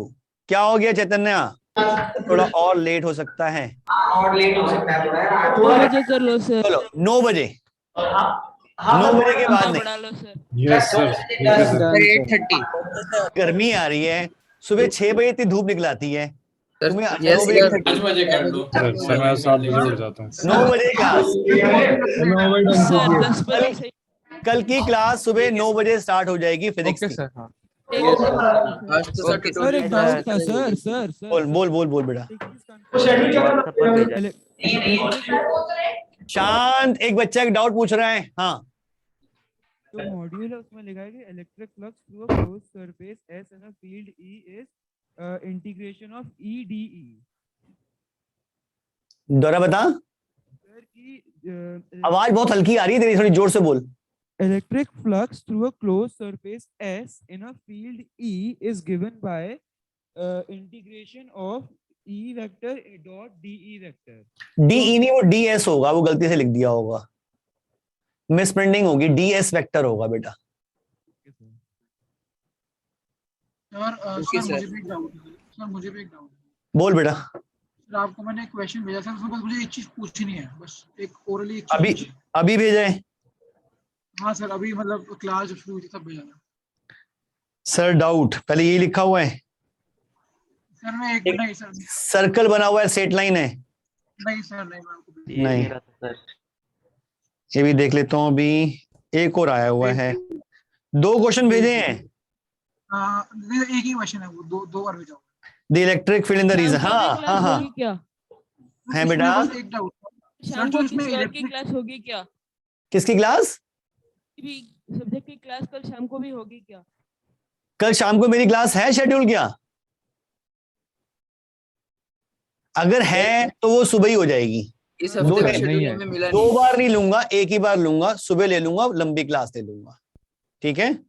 Yes sir, yes sir. और किसी सब्जेक्ट की होगी तो वो होगी, मेरी सुबह हो जाएगी बेटा। और सर एक बार ग्रुप पर टेस्ट का फाइनल शेड्यूल, क्योंकि केमिस्ट्री में भी हाँ। लिक्विड सॉल्यूशन पूरा डाल रखा है। बिल्कुल मैं डाल दूंगा, मैं भी कह के आया हूँ चेंज करने के लिए, तो मैंने अपना तो बता दिया कि आज इतना पढ़ाया है, इतने तक ही आएगा, पोटेंशियल में कुछ नहीं आएगा। The electric field in the region is given by this. Here is alpha is constant proper. हाँ बेटा, इसमें क्या डाउट है बोल? सर इसमें जो इलेक्ट्रिक फील्ड है वो वेरिएबल है सर, लेकिन जो वेरी कर रही है वो वाई एक्सिस के अबाउट कर रही है। ना ना ना, वाई कोऑर्डिनेट की हेल्प से कर रही है, लेकिन डायरेक्शन वो एक्स एक्सिस में ही है। हाँ हाँ हाँ सर, तो अगर वाई कोऑर्डिनेट के अबाउट कर रही है वेरी सर, तो नेट फ्लक्स 0 होगा ना? मतलब क्यों 0 होगा? जरा चेक करें एक बार, एक मिनट। ये फील्ड दे रखी है, E vector is equals to alpha Y I cap. अच्छा, इलेक्ट्रिक फील्ड इस डायरेक्शन में है और वेरी इस डायरेक्शन में कर रही है, तो इस पर्टिकुलर वाई के लिए तो फिक्स होगा। देखें एक बार जरा, लेकिन तब भी 0 क्यों होगा? अरे 0 देखें एक बार, जीरो तो होना चाहिए ना। क्यूब कैसा बन रहा है? क्यूब क्या दे रखा है? 0 से L, 0 से L, x is equal to L से 2L तक है, L से 2L तक, और y 0 से L 0 ही होगा सर। हाँ, और z 0 से L, तो क्यूब तो बिल्कुल उसके पैरेलल ही है। जितनी एंटर कर रही होगी उतनी एग्जिट कर रही होगी, उसी बिल्कुल। लेकिन ये देखो, इलेक्ट्रिक फील्ड सिर्फ इस डायरेक्शन में है, जितना यहाँ पे वेरिएबल होगा उतना यहाँ वेरिएबल होगा, बाकी कुछ नहीं, आंसर 0 आ जाएगा, बिल्कुल 0 आएगा। तो सर आंसर कुछ और दे रहा है। जब भी इलेक्ट्रिक फील्ड जब भी वेरिएबल होती है, तो इसका ये तो वो नहीं है ना, कंडीशन के अंदर चार्ज हमेशा होगा। जब इलेक्ट्रिक फ्लक्स होगा तो चार्ज होगा, फ्लक्स नहीं आ रहा तो चार्ज नहीं है। हाँ फ्लक्स नहीं है तो चार्ज नहीं है। हाँ सर, टेस्ट का क्वेश्चन था, मैंने आपको टेलीग्राम पे भेजा था ना। ये इसका आंसर 0 ही है, कंफर्म 0 है, क्योंकि इन दो फेसेस का है फ्लक्स, और इसमें जैसे जैसे इलेक्ट्रिक फील्ड यहाँ बढ़ रही है, वैसे वैसे इलेक्ट्रिक फील्ड अभी बढ़ रही है। बिल्कुल सर, एक मैंने ही भेजा था। रोटेशन के बाद अगला चैप्टर कौन सा स्टार्ट करें रिवीजन के लिए? किसके बाद? रोटेशन के बाद, मतलब 11th की रिवीजन हो रही है ना। रोटेशन कर लिया कंप्लीट, और उससे पहले की सारी मैकेनिक्स आती हैं, ऑलमोस्ट सारी आती है मतलब सर। चलो फिर तो अपने वो लास्ट के टॉपिक जो हैं उन्हीं को देख लो, एसएचएम और वेव्स पहले इंपॉर्टेंट है वो। सर फिजिक्स के रिवीजन का कुछ बता दीजिए, कुछ नहीं पाता है सही से। क्यों नहीं हो पाता भाई? शेड्यूल बनाना पड़ेगा आपको। 11th का रिवीजन बार बार करना है, एक बार से काम भी नहीं चलेगा। एक बार हो गया पूरा सिलेबस 11th का रिवाइज कर लिया, फिर से रिवीजन शुरू कर दो। आपको हर वीक कुछ ना कुछ रिवाइज करते रहना है। सर टाइम टेबल ही नहीं फॉलो हो पाता है। टाइम टेबल बनाना क्यों है? टाइम टेबल कभी फॉलो नहीं होता। हमेशा ही बना के चलो कि मुझे इस वीक में ये चैप्टर रिवाइज करना है, जैसे टाइम मिला रिवीजन शुरू। और आपको हर दिन अपना कुछ टाइम बचाना पड़ेगा अपने रेगुलर टाइम, अब रेगुलर काम को छोड़कर। मीन जो डीपीपी मिल रहे हैं, जो पढ़ाया जा रहा है, वो तो पढ़ा ही पढ़ा, डीपीपी भी किए, उसके अलावा जो टाइम निकाल कर फिर रिवीजन करना है। सर 11th के सब्जेक्ट रिवाइज करने पर डे है बेटा? 11th के तीनों सब्जेक्ट रिवाइज करें पर डे? नहीं नहीं नहीं, तीनों सब्जेक्ट कैसे हो जाएंगे? एक दिन में एक ही होगा। थोड़ा कुछ एक दिन में एक सब्जेक्ट को रिवाइज करो, 6 दिन है, 2-2 दिन रिवाइज कर लो।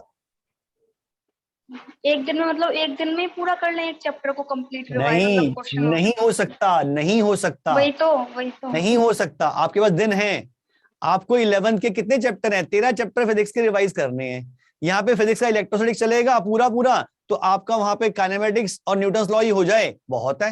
यानी कि 1.5 महीने में तो आप इलेक्ट्रोस्टैटिक्स और काइनेमेटिक्स रिवाइज कर सकते हो।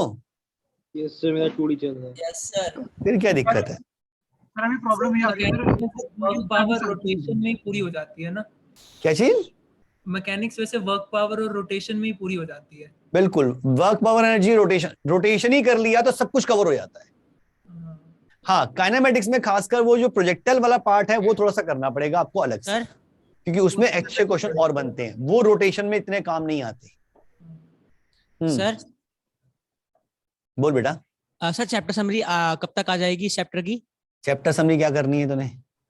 सर वो काफी कुछ छूट रखा है ना, तो रिवाइज हो जाएगा उससे। पूरी रिकॉर्ड ऐसे मत रिवाइज कर, उससे कोई फायदा नहीं, वो सिर्फ फॉर्मेलिटीज होती हैं।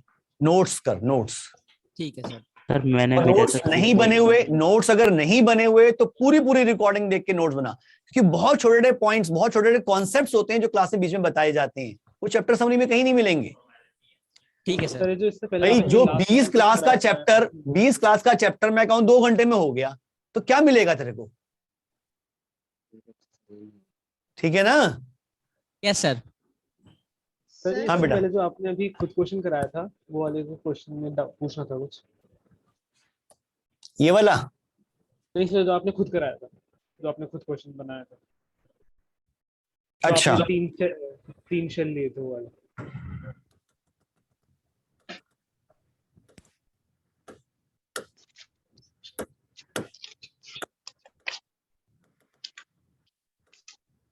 हाँ सर इसमें जो फर्स्ट शेल है वो कंडक्टिंग है, तो उसकी वजह से जो प्लस क्यू उसके आउटर सरफेस पे, वो उसकी वजह से माइनस क्यू वहाँ इंड्यूस नहीं होगा?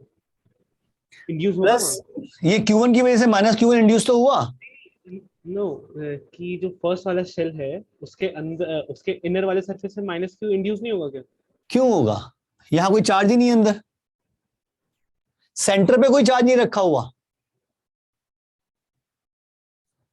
सोच, ये इसकी थिकनेस कुछ दिखा दे, इसकी कुछ थिकनेस दिखा दी मैंने, ठीक है। अब यहां पे गॉसियन सरफेस ले, कंडक्टिंग मटेरियल के अंदर फ्लक्स 0 होगा। हाँ सर। डाउट नहीं है, वो लीव कर सकते हैं। हाँ बेटा, बिल्कुल, जिसकी डाउट नहीं है वो लीव कर सकते हैं। फ्लक्स 0 है तो एनक्लोज चार्ज 0 होना चाहिए। हाँ सर। तो इनर सरफेस पे चार्ज क्यों होगा?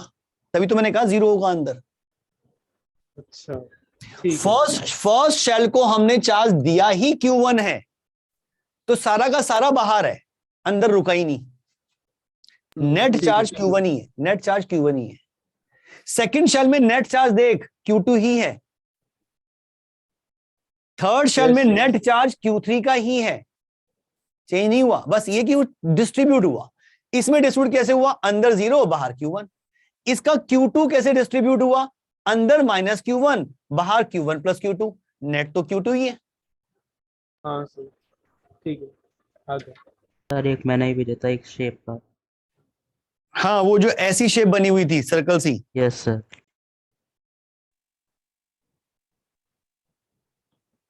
मैंने खोला तो था अभी।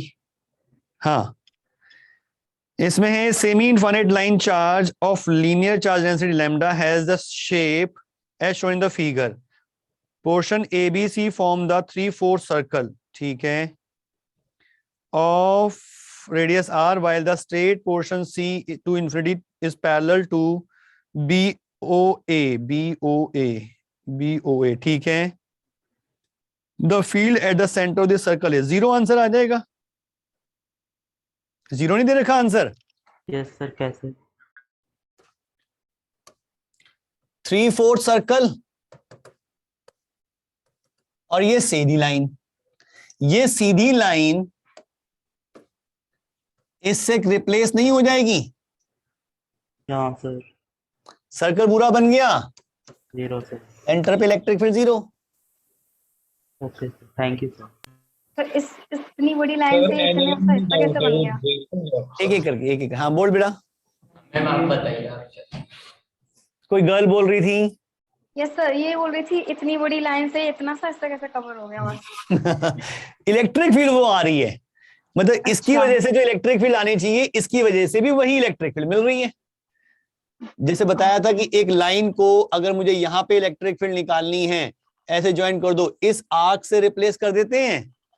हाँ यहाँ इलेक्ट्रिक फील्ड निकालनी है, इसकी वजह से यहाँ ज्वाइन किया, उधर ज्वाइन करने के लिए भी तो इन्फिनिटी है, सीधी लाइन डालनी पड़ेगी, तो आर्क तो इतना ही बनेगा। यानी कि ये पूरी वायर इतने छोटे से आर्क से रिप्लेस कर दो, इलेक्ट्रिक फील्ड सेम आएगी। ओके सर एनएलएम का डाउट था, वो भेज दूं अभी क्या? भेज दे। क्लास अभी तुम्हारी है नहीं ना? नहीं सर, क्लास नहीं है आज। इसके बाद कोई क्लास है आपकी? नहीं sir. No sir. No sir. बोल, भेज भेज जल्दी भेज।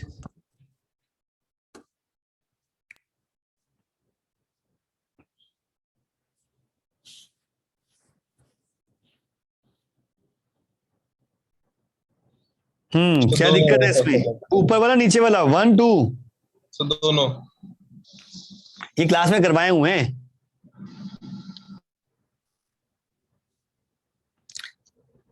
फिगर बनी हुई है कुछ इस टाइप से।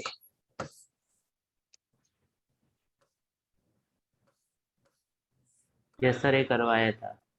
हाँ, क्लास में करवाया हुआ क्वेश्चन है तो।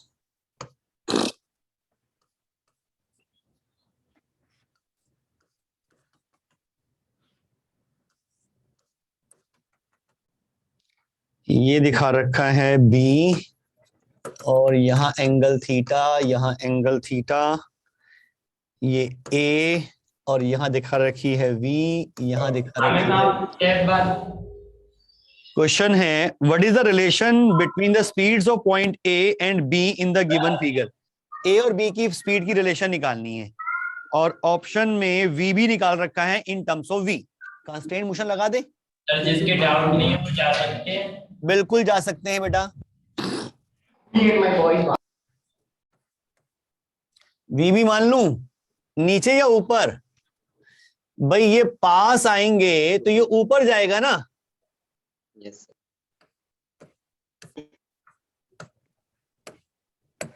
Sir v by cos theta. ऐसे डायरेक्ट नहीं बता सकता मैं। यहां पे पॉइंट 1 2 3 4 4 पॉइंट से काम चल जाएगा भवनीत। Yes sir. एक का 0, Yes. 2 v से जा रहा है प्लस v, 3 v से जा रहा है, और ये एंगल थीटा है तो ये 90 माइनस थीटा, तो इस 3 का कंपोनेंट आएगा v साइन थीटा नेगेटिव का। Yes sir. और ये v भी ऊपर जा रहा है तो v भी cos थीटा नेगेटिव का yes sir. Equal to 0। Yes sir.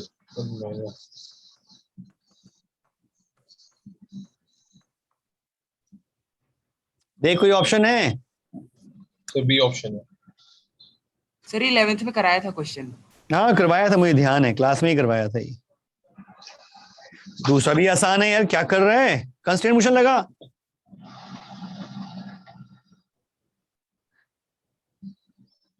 In the figure, acceleration of block A, B, and C are shown with the direction. Value B and C are with respect to ground.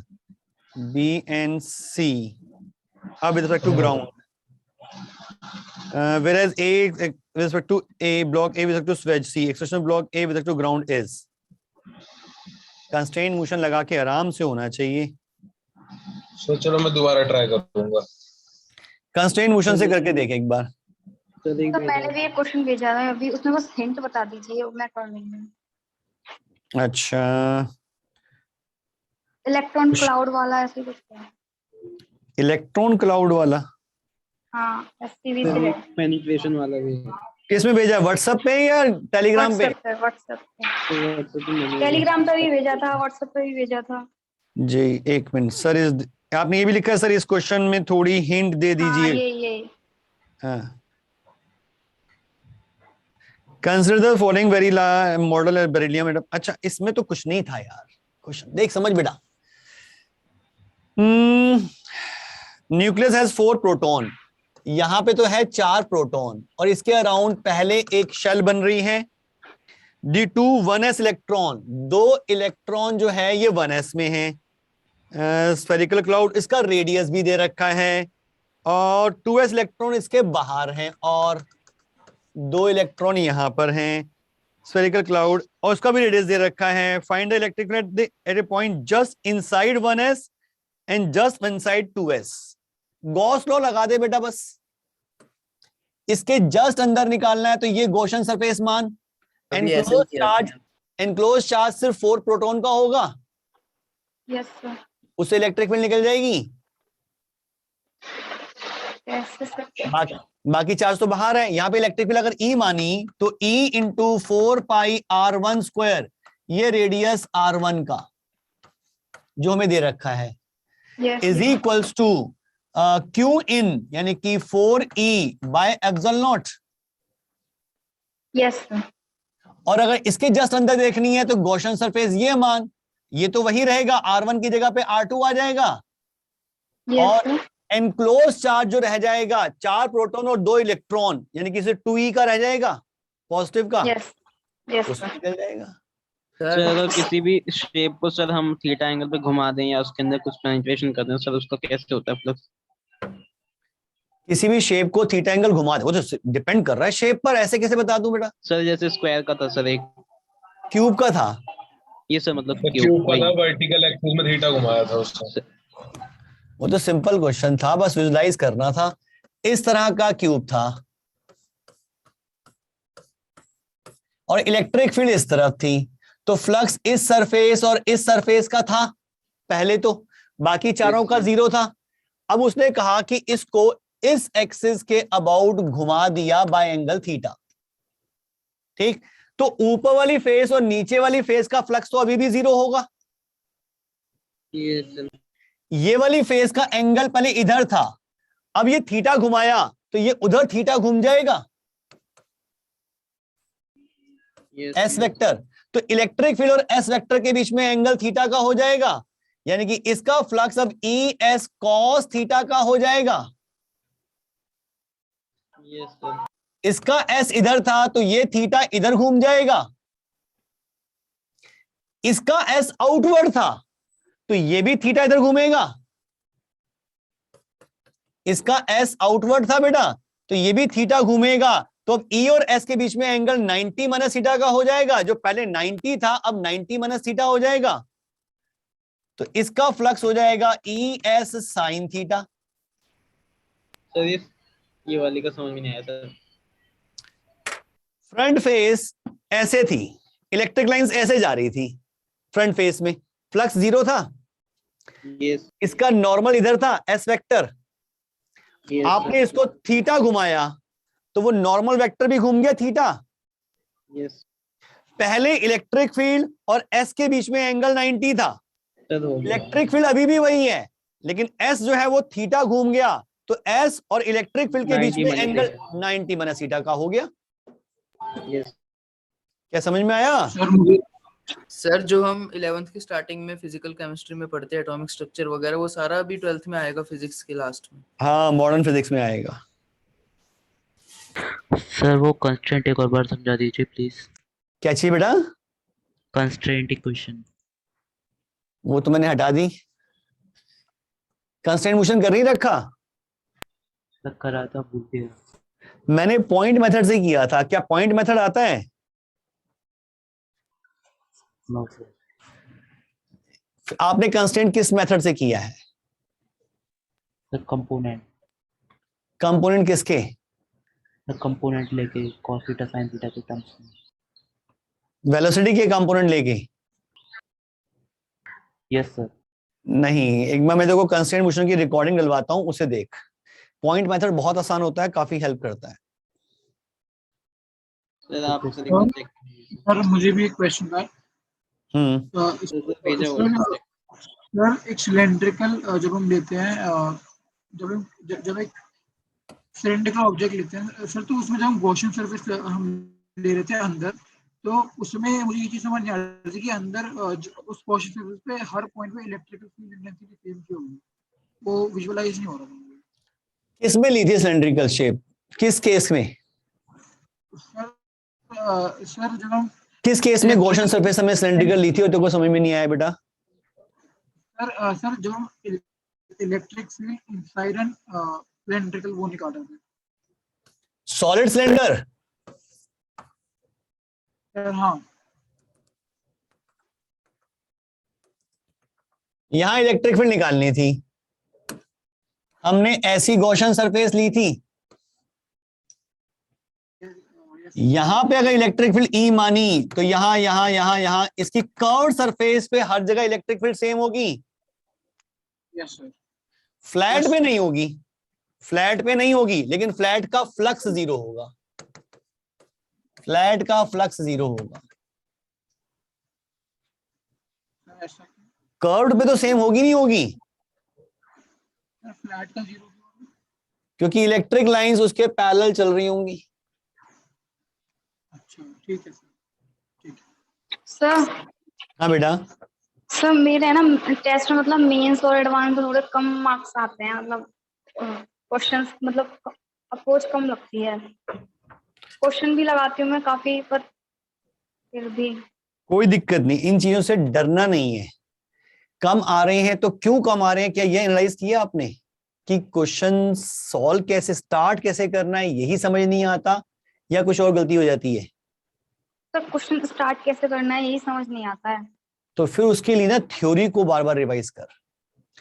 देख exam के time पे हम question पढ़ते हैं और question पढ़ते पढ़ते जैसे हमारा रीडिंग खत्म होती है और हमारा पेन चलना स्टार्ट नहीं हुआ, मींस मुझे सोचना पड़ रहा है कि मैं क्वेश्चन को स्टार्ट कैसे करूं, इसका मतलब मेरी थ्योरी वीक है, मुझे कॉन्सेप्ट अच्छी तरह से दिमाग में नहीं है। उन कॉन्सेप्ट्स को बार बार पढ़ के लिख कर दिमाग में घुसाना है, तब क्वेश्चन पढ़ते ही तेरा पेन चलना शुरू हो जाएगा। सर नोट्स तो मैं मतलब रेगुलरली हर क्लास के बाद रिवाइज करती हूँ, मतलब कॉन्सेप्ट तो ठीक है, पर नहीं, एक बार रिवाइज करने से काम नहीं चलेगा, बार बार रिवाइज कर, उसे लिख कर देख। रिवीजन का एक तरीका ये अपना, अभी तक जो पढ़ा है आज बैठ जा, शाम को रात को खाली कॉपी लेकर इलेक्ट्रोस्टैटिक्स में जो भी पढ़ा है लिखना शुरू कर दे खाली पे कॉपी पे, और देखते हो कितने कॉन्सेप्ट्स याद आ रहे हैं, कितने फॉर्मूले याद आ रहे हैं। जब सब कुछ लिख के थक जाए, आधा घंटा 1 घंटा लगेगा, लिख दिया सब कुछ जो याद था, सब लिख दिया मैंने। अब उसे अपने नोट से मैच कर, क्या गलत हुआ और क्या छूट गया। गलत हुआ तो आराम से हो जाएगा ठीक, क्योंकि तुझे याद तो है कि ऐसा कोई कॉन्सेप्ट भी है, लेकिन जो छूट गया ना वो बड़ा खतरनाक है। इसका तो वो चीज तुम्हारे दिमाग में रुकी नहीं हुई, तुम्हें पता ही नहीं, याद ही नहीं कि ऐसा भी कोई कॉन्सेप्ट है, तो क्वेश्चन नहीं हो पाएंगे। ये ट्राई करके देख आज। ओके सर मैं ट्राई करके देखूंगी, फिर मैं और पूछूंगी बाद में। हाँ, ये देख करियो, ऐसे खाली कॉपी ले और जो भी याद आ रहा है इलेक्ट्रोस्टैटिक्स में जो अब तक पढ़ा है सब कुछ लिखना शुरू कर दे, फिर उसको अपने नोट से कंपेयर कर कि क्या नहीं लिखा। वो बड़ी गलत चीज है, कुछ छूटना नहीं चाहिए। 10-12 नंबर हर बार नेगेटिव में चले जाते हैं सर। नेगेटिव में बहुत जाते हैं। वो नेगेटिव में जा रहे हैं, इसका मतलब कॉन्सेप्ट थोड़े से वीक है। नेगेटिव जो है उसे पॉजिटिव बनाना बहुत आसान होता है। क्यों? क्योंकि उसमें क्या है कि आपको 90% 80% तो आता है, वो 10-20% की कमी है। 0 नंबर मतलब है कि आपको आता ही नहीं, आपने अटेम्प्ट ही नहीं किया। आपने अटेम्प्ट इसी कंडीशन पे किया कि आपको लगा कि आपको आता है, लेकिन फिर भी नंबर कट गए। तो उसमें जो थोड़ी सी कमी है उसे दूर करो। देखो बच्चे ना न्यूमेरिकल की प्रैक्टिस खूब करते हैं, लेकिन थ्योरी को वो बार बार नहीं पढ़ते। वो बहुत जरूरी है, थ्योरी बार बार पढ़नी बहुत जरूरी है, तभी वो दिमाग में। आपको इतना पढ़ लेना है कि जो आपके नोट्स के इमेजेस हैं वो आपके ब्रेन में छप जाएं। आज भी मैं कुछ क्वेश्चन कर रहा होता हूं सॉल्व ना, और मुझे कोई फॉर्मूला याद करना होता है, तो मुझे ये याद आ जाता है कि मेरी उस कॉपी में राइट वाले पेज के टॉप पर राइट साइड में ये फॉर्मूला लिखा हुआ है, और वो कॉपी मेरे सामने खुल जाती है और मैं सिर्फ कॉपी कर रहा, नोट कर रहा होता हूँ। क्या आपके साथ ऐसा कभी हुआ? काइनेमेटिक्स में होता है। इसका मतलब काइनेमेटिक्स का रिवीजन तो बहुत अच्छा किया है, बाकियों का नहीं किया। जब रिवीजन अच्छा होता है ना, तो उस नोट्स की इमेजेस हमारे ब्रेन में छप जाती है। मींस आप किसी चीज को सोचना शुरू करो, वो कॉपी खुल जाती है आपके सामने। अरे नोट्स वो सामने पड़ी हुई है कॉपी, आपको सिर्फ कॉपी उसमें से कॉपी करना है आंसर शीट पे। इतना रिवीजन चाहिए। आंसर लाइक बहुत सारे मेरे मेजर जो क्वेश्चन गलत होते हैं वो सिलियर की वजह से होते हैं, मतलब कभी किसकी वजह से? कैलकुलेशन तो नहीं होनी है, इस एज में आके कैलकुलेशन मिस्टेक तो नहीं करनी भैया, थोड़ा सा ध्यान दो कैलकुलेशन पे, और कैलकुलेटर बिल्कुल यूज मत करो। सर कैलकुलेशन में नहीं सर, जैसे सिली एरर्स जो होते हैं ना सर, कि कभी क्वेश्चन में कुछ वैल्यू पढ़ ली, कभी उल्टा पढ़ ली, मतलब ऐसे सिली एरर्स होता है। थोड़ा सा कंसंट्रेशन इंप्रूव करो योगा से। सर सर क्वेश्चन पेपर मतलब टेस्ट के बाद में तो सारे अटेम्प्ट हो जाते हैं, लेकिन टेस्ट के अंदर हाँ सर ऐसा भी होता है सर, टेस्ट के बाद में तो फर्स्ट अटेम्प्ट में ही हो जाता है। 90% कोई बच्चों की ये दिक्कत रहती है, कभी डिस्कस करूंगा इसके बारे में क्लास में। ठीक है सर, टेस्ट के बाद ऑप्शन ही नहीं पता चलते कि वो क्वेश्चन के ऑप्शन क्या लिखे हुए थे। हाँ कई बार सर, क्वेश्चन आता है which of this statement is correct और इनकरेक्ट, उसके स्टेटमेंट ही नहीं पता चलती कौन सी। अच्छा, पूरा क्वेश्चन नजर नहीं आता उसके बाद? नहीं सर, सही आंसर आता है। अगर ऑल ऑफ दीज आंसर होता है तो ऑल ऑफ दीज ही लिखता है ये वो। ऑप्शन सही था। मैं देखता हूँ अभी, फिर उसका कुछ करवाता हूँ। चलो हाँ बेटा। पीरियोडिक टेस्ट सारे बच्चे देते हैं? हाँ सब देते हैं, ऑल ओवर इंडिया पूरे सब में होता है पीरियोडिक टेस्ट। 250 के करीब अटेम्प्ट्स नहीं, कुछ बच्चे तो नहीं दे रहे हैं, लेकिन ज्यादा होने चाहिए अटेम्प्ट। एडवांस में तो 200 के आसपास थे, 211 एडवांस में। एडवांस में तो कम थे, एडवांस में 119 चलो तो पहले है ना, जब मैं 11th में थी तो केटी सर ने बताया था कि टाइम टेबल बनाया करो, तो मैं टाइम टेबल बनाती हूँ, तो टाइम टेबल फॉलो ही नहीं हो पाता, लेकिन नहीं बनाऊं तो टाइम वेस्ट हो जाता है। मैं टाइम वेस्ट नहीं करना ना, पढ़ने के अलावा तुम्हारे पास काम क्या है? बर्तन मांजने होते हैं घर के? नहीं सर, पर फिर भी हो जाता है। सुबह उठो, फ्रेश हो, पढ़ने बैठ जाओ। ये नहीं पता चलता क्या पढ़ूं, कितना होता है अरे पढ़ने के लिए। सबसे पहले तो वो काम करना है जो क्लास में चल रहा है, उसे कंप्लीट करना है, रिवीजन करना है, डीपीपी कंप्लीट करना है, मॉड्यूल कंप्लीट करना है। टाइम मिला पुराना रिवाइज करना है। Yes okay. अब पुराना रिवाइज क्या करना है, उसका शेड्यूल बना लो। शेड्यूल मतलब टॉपिक वाइज ऑर्डर में, कि पहले ये फिर ये फिर ये रिवाइज करना है। अच्छा ये 3 दिन में रिवाइज करना है, ये 4 दिन में रिवाइज करना है, ये अपने आप को बता दो, उसमें कर लेना है। आप दिन का टारगेट डिसाइड कर लो। आप टाइम टेबल बनाने की बजाय दिन का टारगेट डिसाइड कर लो, आज ये कंप्लीट करना है, तो हो जाएगा। आपको जी मैं 7 से 8 बजे तक बैठूं और फिर मैं आधे घंटे का ब्रेक लूं, फिर मैं नहीं पता कभी, ये कभी नहीं होगा। लेकिन ये टारगेट डिसाइड, अगर ये डिसाइड कर लोगे कि आज ये काम खत्म करना है, वो हो जाएगा। फिर तो टारगेट्स बना लेती हूँ तो टारगेट्स तो कंप्लीट हो जाते हैं, लेकिन उसके अलावा जो टाइम वेस्ट हो जाता है वो वेस्ट ही हो जाता है। टारगेट्स तो मैं कंप्लीट कर लेती हूँ। अच्छा टारगेट कंप्लीट हो रहे हैं, इसका मतलब आप टारगेट छोटे ले रहे हो, अब बड़े टारगेट बनाओ। या आप लेके चल रहे हो कि आज मैं ये आधा चैप्टर कंप्लीट करूंगी और आपका आधा चैप्टर 3 घंटे में खत्म हो गया, अभी 5 घंटे बचे हुए हैं, तो गलत कर रहे हो। आपको जी मैं 2 चैप्टर कंप्लीट करूंगी, देखो 2 चैप्टर एक दो रोज बच जाते हैं। टाइम तो मिलना नहीं चाहिए आपको, इतना सारा काम है। एक बार मुश्किल क्वेश्चन सर एक बार आप डाल दोगे ग्रुप पे? कौन से बेटा? सर थोड़े मुश्किल क्वेश्चन सर। ठीक है बेटा, डलवा देता हूं। सर डलवा देना, क्योंकि एससीबी में ज्यादा मतलब ऐसे क्वेश्चन नहीं है, और टेस्ट में आते हैं मतलब बहुत खतरनाक टाइप के क्वेश्चन। ठीक है मैं डलवा दूंगा। कॉन्सेप्ट वीक है, सर फिर थ्योरी बार-बार पढ़े और एससीबी भी पढ़ सकते हैं। एससीबी भी पढ़ सकते हो, और जो नोट्स क्लास में बना रहे हो उसको जरूर पढ़ो बार-बार। Yes sir. ठीक है बेटा, okay sir, thank you sir. Bye bye. Thank you sir.